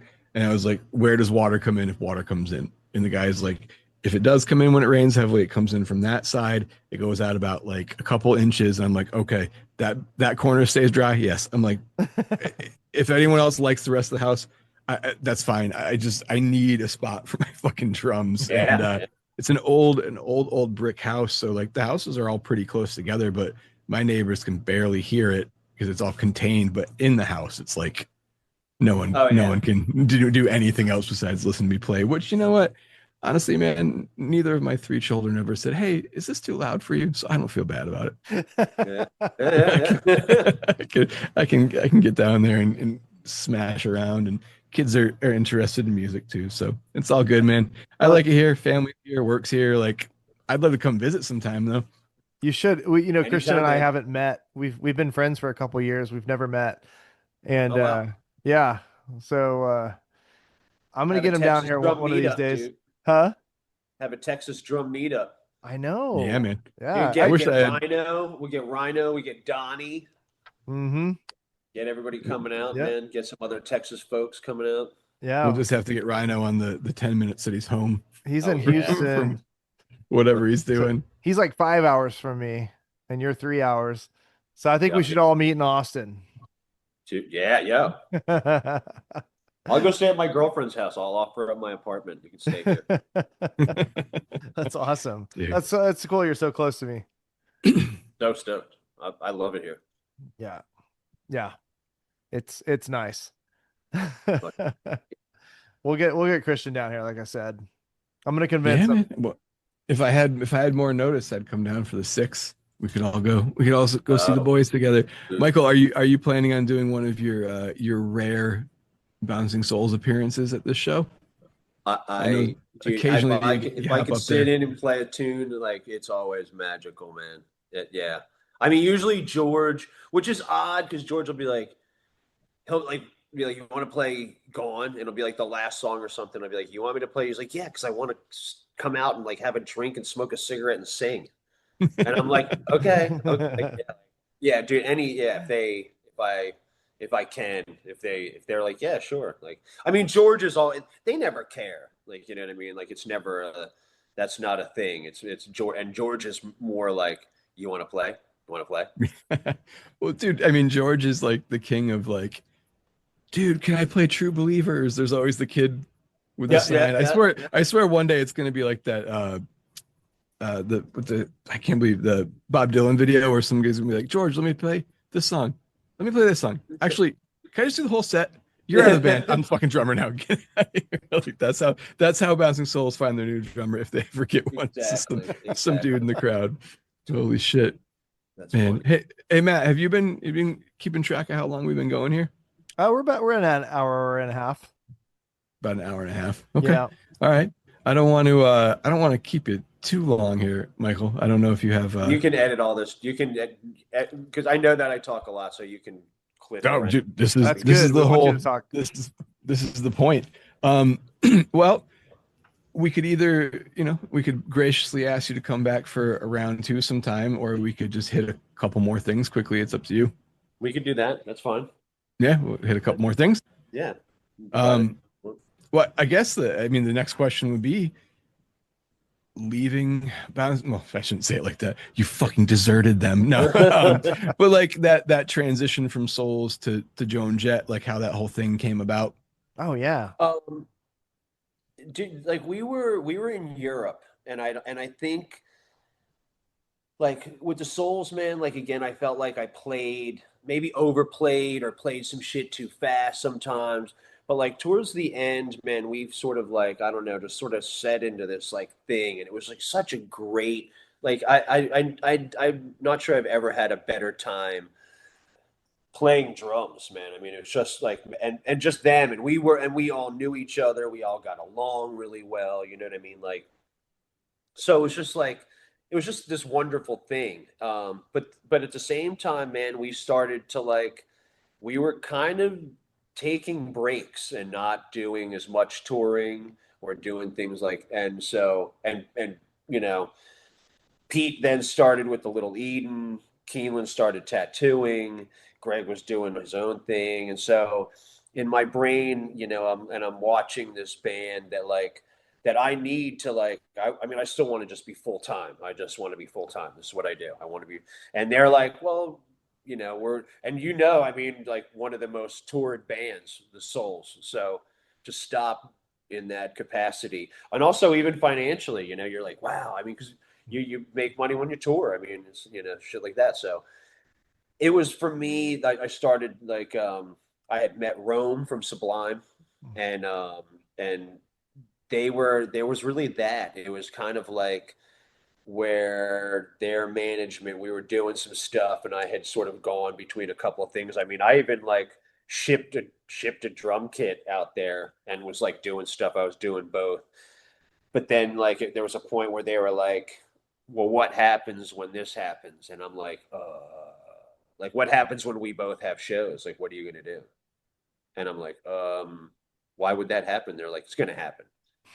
And then it's like, and I was like, but I was like, but we take off so much time, and they're like, okay, and then I was just like, I had that thing of where I was like, I don't know. Like it was tough, man. It was tough to jump out of something that comfortable with all my friends and try to like swim on my own.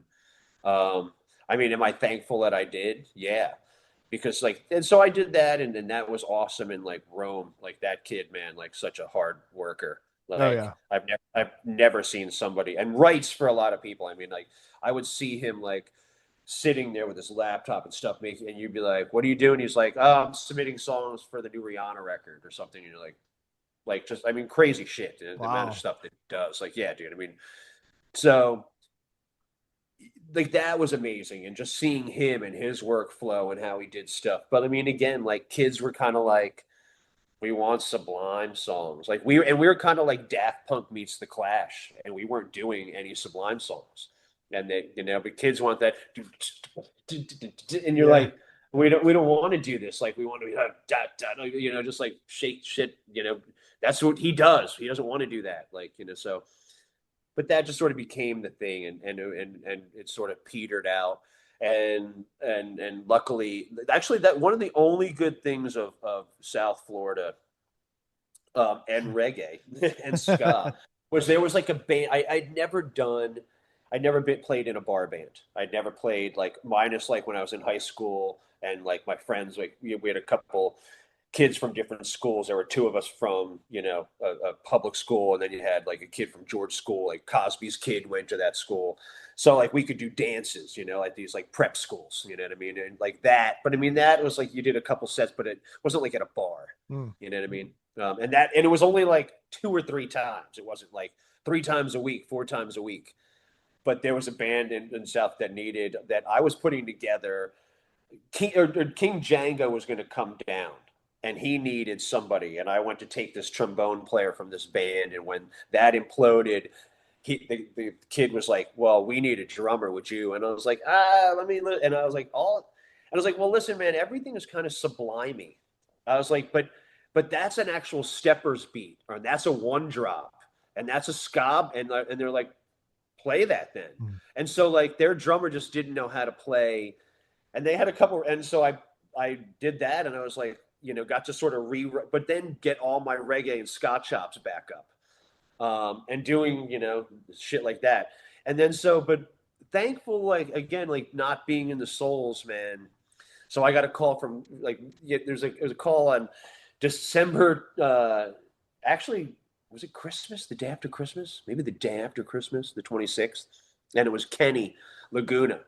And I see 516 and blah, blah, blah. And then I get the message, and he's like, hey, it's Kenny, blah, blah, blah. And they had come out to Home for the Holiday shows. And there was like one of my last shows, like, like maybe 2012, 2013. The Blackhearts were going down to DC. And they stopped in Jersey at the show. And we're like, we're going to come see the show. And so we hung out, Joan and I, did our thing. And she'd be like, for like a week after that, she's like, dude, even that night, she was like, fuck, dude, you were on fucking fire. You're on fire. And I was like, and she's like, dude, if I ever need a fucking drummer, dude. And I'm like, that's nice for you to say, you know what I mean? But I mean, we met in 2006, Warped Tour, where I took the Rhino drum. Mm-hmm. The Blackhearts were on that Warped Tour, and we were on the same main stage. So she and I became buddies all summer long. So we had maintained this like friendship of like, when she's in town, I'm in town, you hang out. And so it was just nice. Anyway, cut to then 2015, and day after Christmas, and Kenny calls, and I hear the message, hey, it's Kenny from the Blackhearts, and I was like, oh, he just wants he wants tickets to Home for the Holidays. And he doesn't know that I'm not in the band. And so when I call, right? So that's, I mean, I'm not thinking anything above that. Yeah. At all. Like, not one bit am I like, oh, they need a drummer. They want Home for the Holiday tickets, and they know I'm not in the band. So I call him back, and he's like, hey, I just talked to Brian. And I was like, I knew it. Like, and he went, I was going to see if we could borrow you, but Brian said you're a free agent.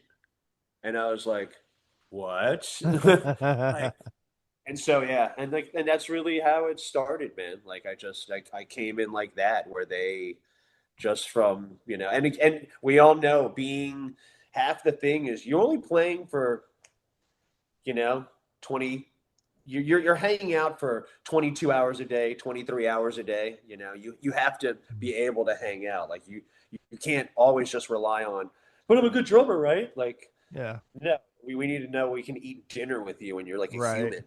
Yeah. So just shit like that. And it's just, yeah, man. So, I mean, I'm coming up on 11 years now.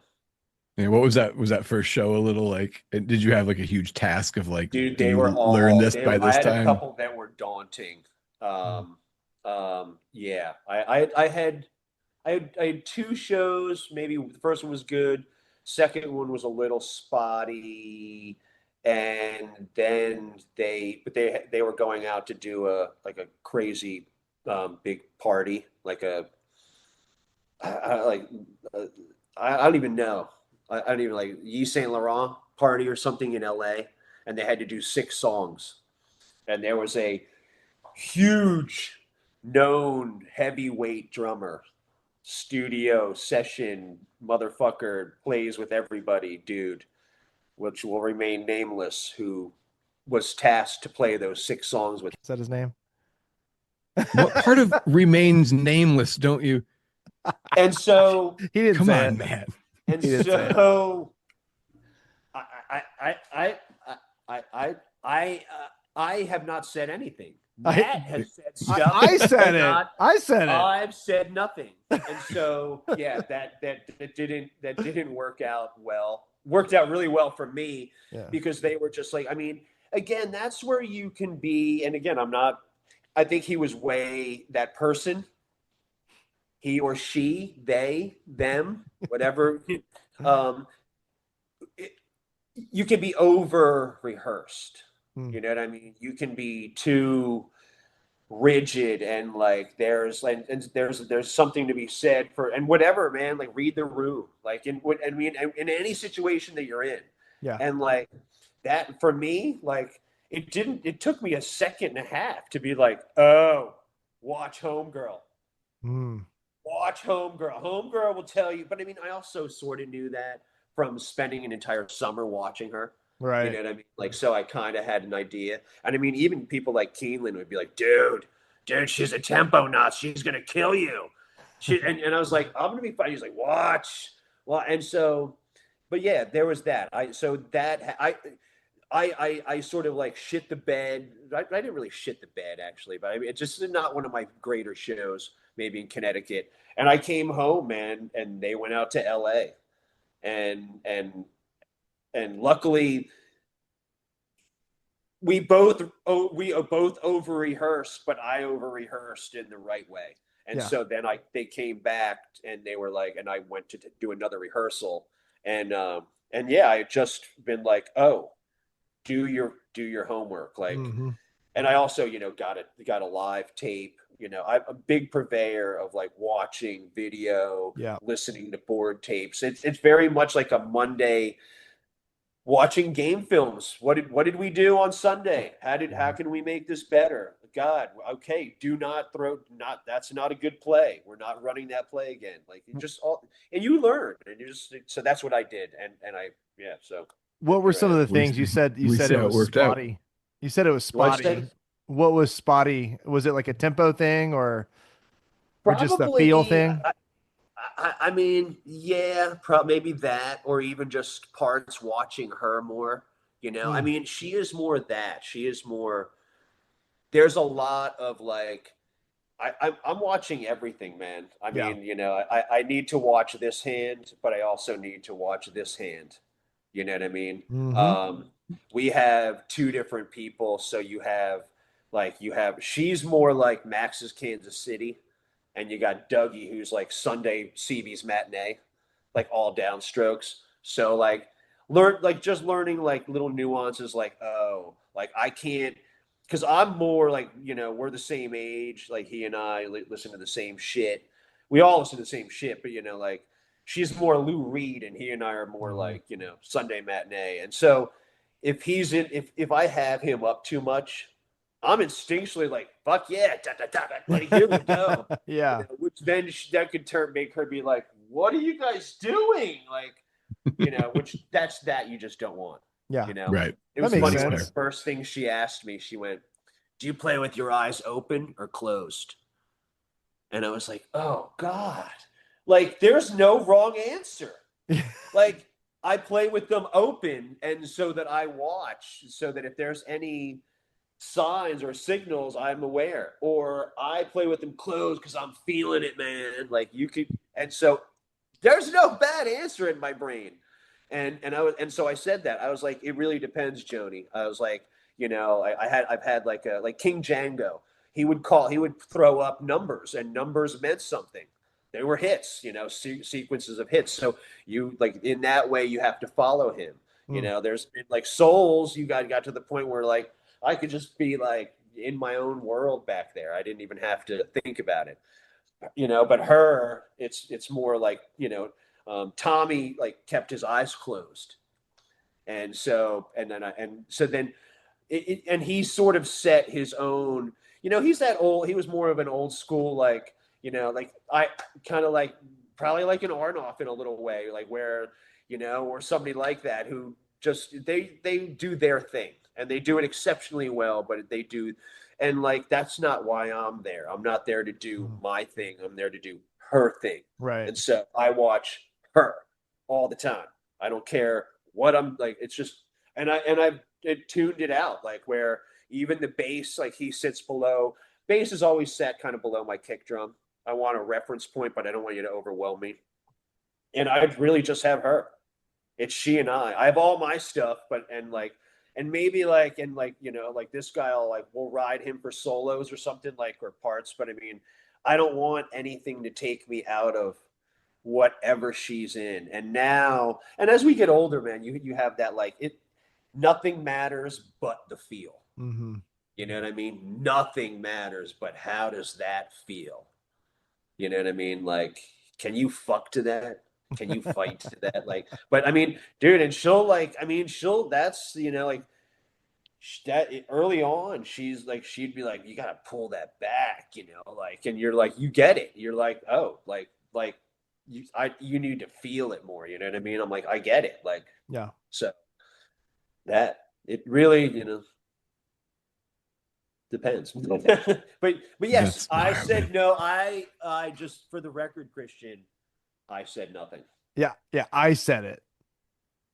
I don't even know. I don't even know what you guys are Right? talking about. You know what, Christian? Me neither. I don't even know. I don't even know. I don't know. I Yeah. don't even What even is life, man? I don't know. know. And I'm just fiddling with the drawstring on my shorts here because no one's doing anything. We're just a bunch of guys hanging out just talking. talking, just guys talking. Totally fine, dude. So so you're in the band, right? And the first release with you as a drummer was acoustic. Were you like, what the fuck? Yeah, dude. Yeah, yeah, yeah. Which I did some of that remotely. Like there, I Oh, mean, that's right. yeah, like there were, because there were, I went up to Germano's, which was like the old power station, and we did, I did stuff. But then like I would be, after that, like they would be like, I remember being home on a Sunday once and like getting a call from Kenny, and he'd be like, I need like a shaker and tambourine, and I'd be like, okay, no problem, and I would just go in my room and like, do it and like send it, and like then I would get like a message late, a little bit, thank you, so it's like, it's I love them. I love him. He's an invaluable like asset into my life, of just like, both of them. But I mean, even like my growth as just like as a drummer, and the drummer that like I want to be, being the drummer that you need, all of that, and it's just all vital. And it's just, I think as a musician, you want to, or if you want to be great, you want that progression, and you want to learn. Every day. I mean, I'm in my space every day, Mm-hmm. and I even like have a journal where like I'm like, it's dated, then it's timed.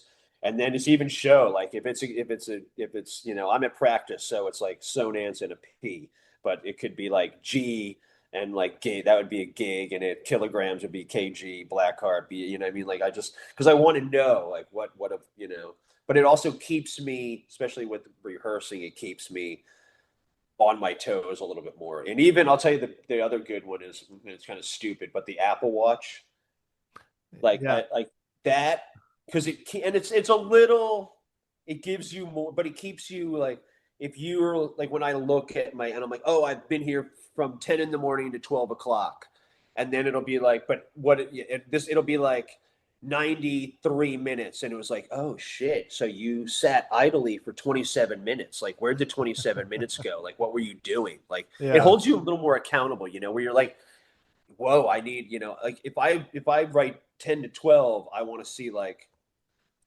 I don't know, I Yeah. want to Yeah. see like Mine over would say 100. it's time to get up and move.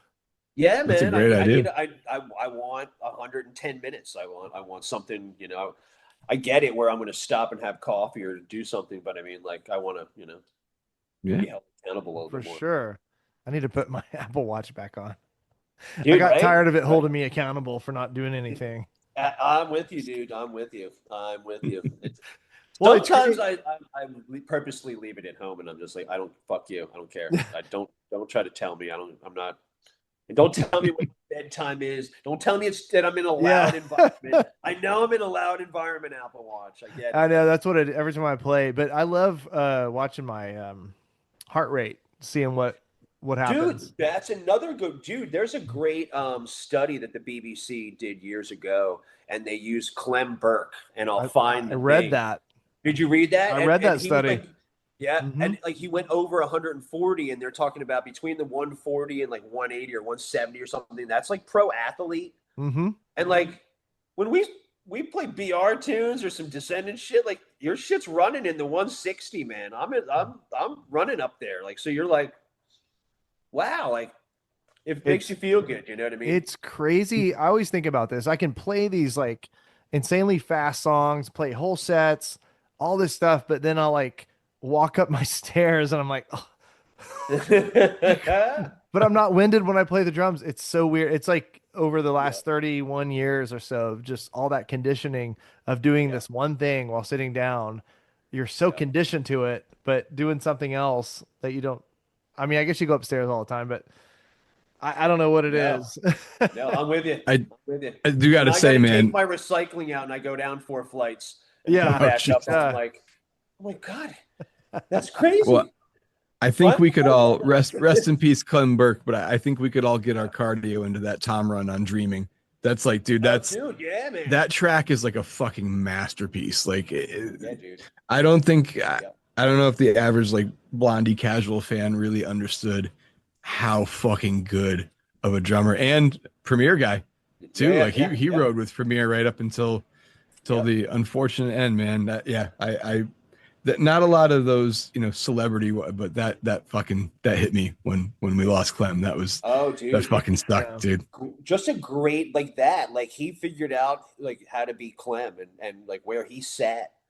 And like, dude, there was a couple. We did a Price is Right party, and he even like yeah, we even got name badges. The name tag, yep, which is awesome. But he was there and he was sitting in. There's this all girl band, the Darts, that are fucking awesome, and he sat in with them, and that was cool. And then one of the last times I saw him, we were doing something somewhere, and he was playing drums for the Romantics. And so I got to Really. see him again and hang out with him a little bit. Like, and he's always just like great to see him. And I mean, just great to watch him. You know what I mean? But just even being near him, he's one of those dudes. He really like, he's that like last vestige of like actual rock star. Mm. You know what I mean? Like when people talk about that shit, you know what I mean? Like, and it's funny, man. Like, I know my boss is one for sure, but like none of us in the Blackhearts think that we are at all. Like, and you can't. I mean, there's a couple, like yeah, Billy Idol, you're a rock star. The rest of Mm. your band, Steve Stevens, okay, I'll give it to you. But like, you know what I mean? Like, there's like a last vestige of people, and but even people like that, like Joni, like they did that Yeah. commercial with with Rocket or something with that rock star thing, and like who's a rock and just and it because it is like it's so stupid because you're like it's I don't you know what I mean, like there's very few people that I see, and again I we get fortunately I get to sort of like play with those people, like we play with like Def Leppard or like Motley Crue or like Heart or something, and you're like wow, you're like holy shit. I remember like listening to Barracuda on my sister's bed. Yeah. I mean, like listen to this and being like, holy crap. So there's a couple, you know what I mean? But like Clem, very much that, very much, but very so kind, but exuded that like, you know, and you're like larger than life, and you appreciated that. I mean, takes a lot to be that dude. Yeah, dude. I always if all my hair didn't fall out, I would be rocking that Clem Burke haircut too. Dude had a good head of hair and a cool fucking haircut too. But That's the I don't first know if thing I I could have think pulled of it for off. some reason. Oh, dude, Right? And a great just what a drummer up to the end, dude. Yeah. Like, and a Ramon briefly, right? saw him and were like, oh, dude, God, Yeah, what are you doing? Yeah. yeah, and Like, briefly a Ramon as well. Yeah. yeah. Yeah. I saw some video of him right before he passed away, and yeah, you're right. Like, good till the end. Literally, like, never a point where you're like, God, man. But towards the end, he got like real sloppy or like, no, Yeah. played great. I love it. Dude, wild. Well, here we are, man. About 2 hours. I don't know if you've ever had the pleasure of listening to a full episode of the podcast or not, but we usually take it out with a little segment called Questions from My Kids. Okay. Yep. So I have my three children write them down. And I asked my wife, who is a diehard Joan Jett fan. I know I spoke to you and told you that first time that she saw you guys was at See Here Now, and I'm looking at her. I just see like a tear come out from behind her sunglasses. So I asked her if she had any questions for you, and I think she would kill me if she knew I actually wrote this down. But she wants to know if Joan thinks about her as much as she thinks about you. I'm just fucking with you. We often talk about it, and she reflects on that Mrs. Minnick is definitely she's like, Michael, do you ever like wake up and you think of her like Mrs. Minnick? And I'm You like, better not be, dude. and I'm like, no, Joan. She's like, I can't stop thinking about Mrs. Minnick. And I was like, okay. And then we kind of just go about our day. But yeah, I think so. Wow. She's Good gonna love I answer. think that. so. I think so. Awesome. All right. So my 8-year-old, do you like nail polish? If so, favorite color?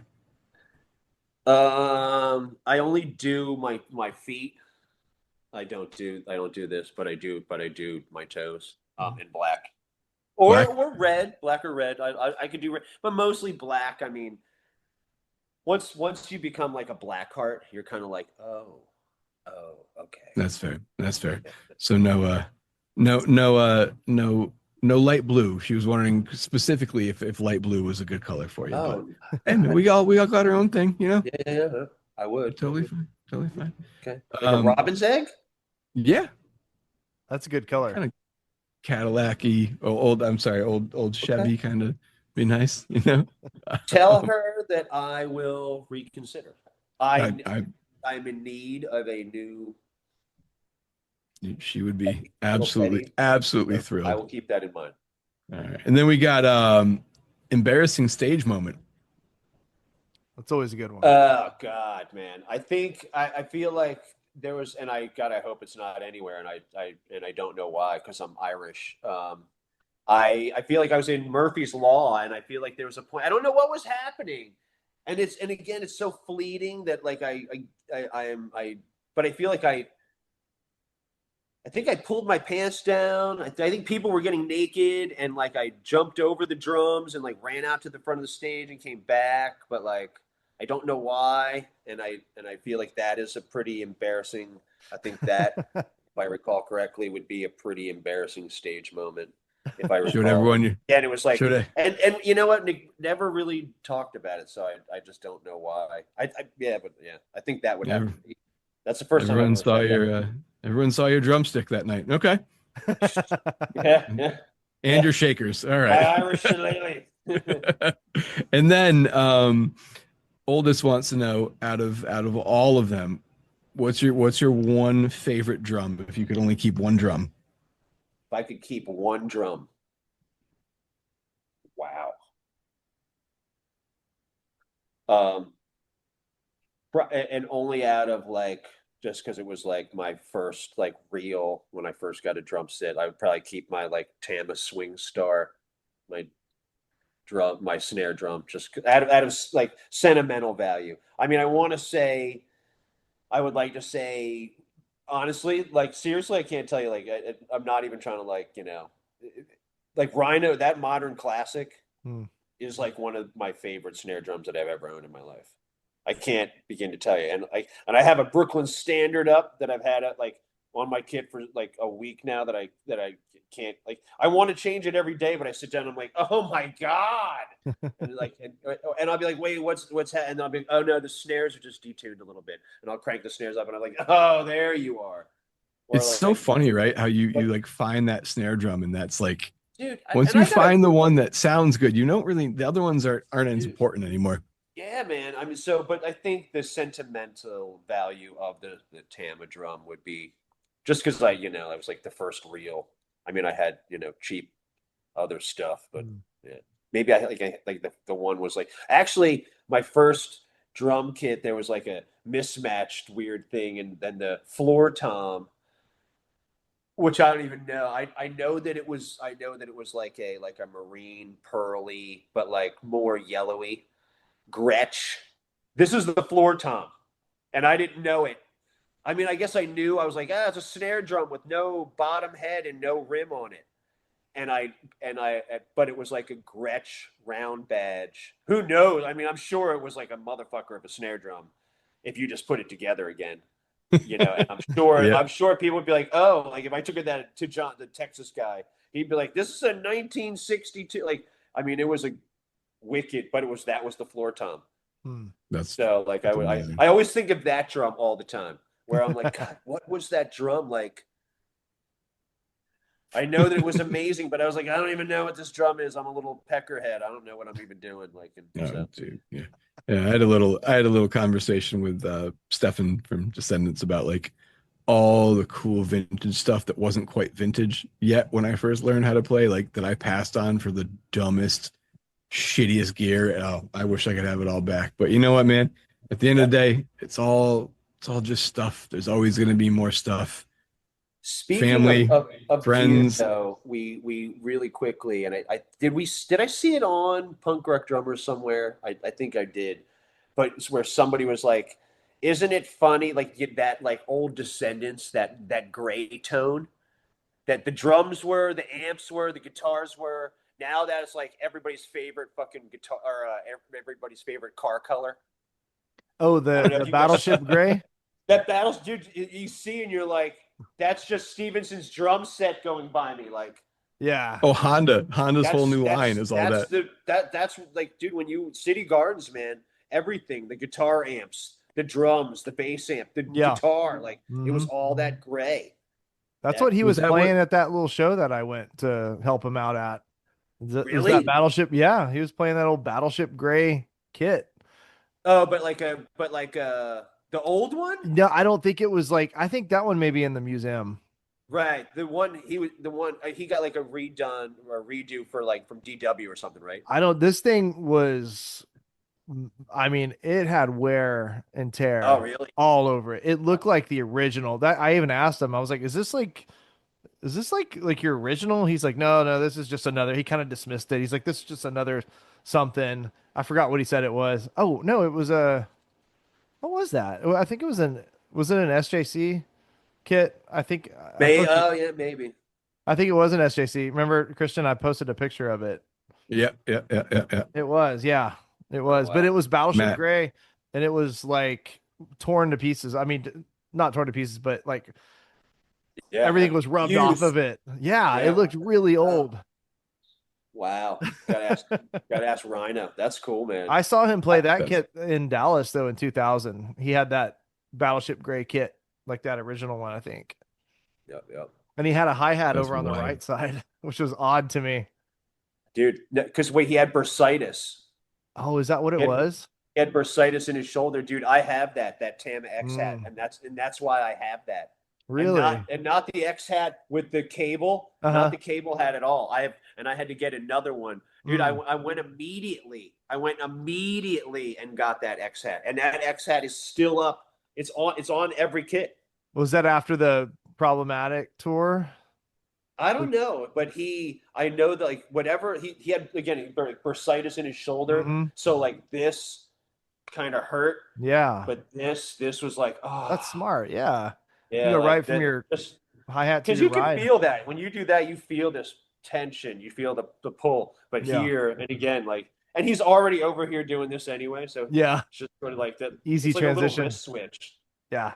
So yeah, but that I have that. I have that. I'll have And to I send you have some. I have two of the old ones that have the dial on the bottom.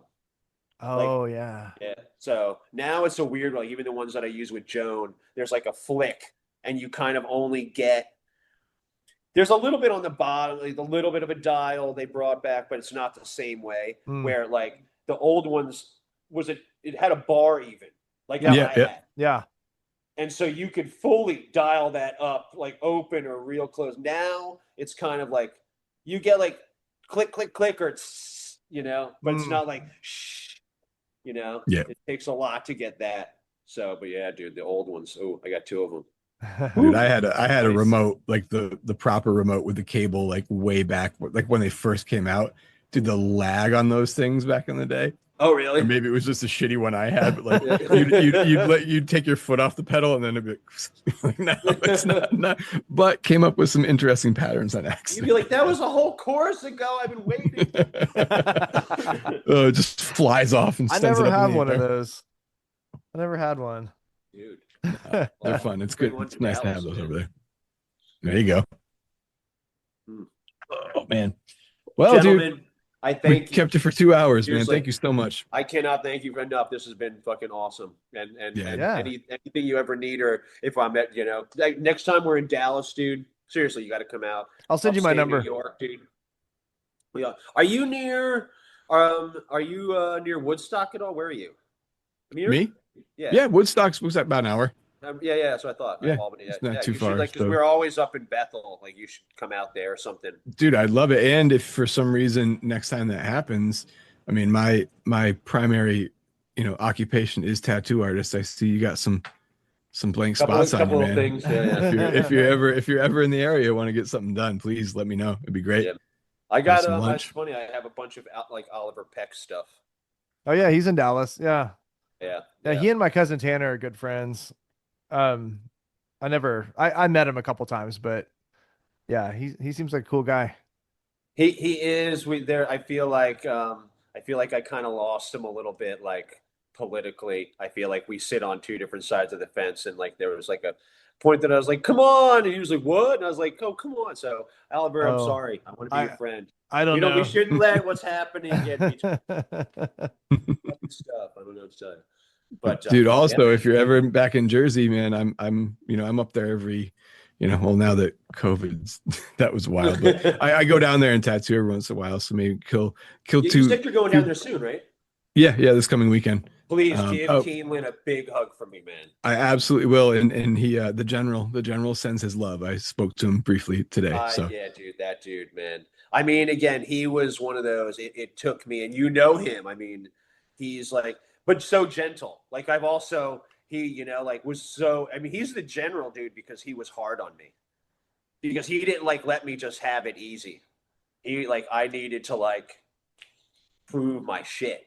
And so I mean, which is again, I like that. He didn't jump me in, but he jumped me in. You know what I mean? Not, I mean, literally, I mean, I remember being in Germany once and I was after a show and I was almost crying and I'm like, what? And he's just like, you got to figure it out, and I'm just but I was, it's awesome. I mean, and again, it's that where, figure it out, McDermott. Homeboy wants to hear this is his ship. You're one of the pirates on the ship. So do your job. Yeah. And that. And I love that about him. I love that it was it was an earned thing. Be an earner, dude. Earn it. So. And look at you now, man. You figured it out. Yep. I figured it out. Look who you're playing for, dude. That's great. So dude, awesome, man. Well, thank you so much. Yes, dude. Thank We you. we appreciate your time. Appreciate you being on. And please, man, stay in touch. And hopefully we can do another sit down sometime in the future. Dude, please. Anything. Maybe even anytime. in person. Yeah, please. That'd be great. You and I for sure. Yeah. If you ever want to record anything, if you want to get out of your space and come up here, it's open. Okay. Maybe we'll do that. Maybe we'll do that. Maybe we'll do I would love it. covers. I would love it. So, all right, brother. Mad love, Drummies. Mad love. Thank you so much. Thank you, buddy. Have a great night. Have a great night. Later, bud. Bye.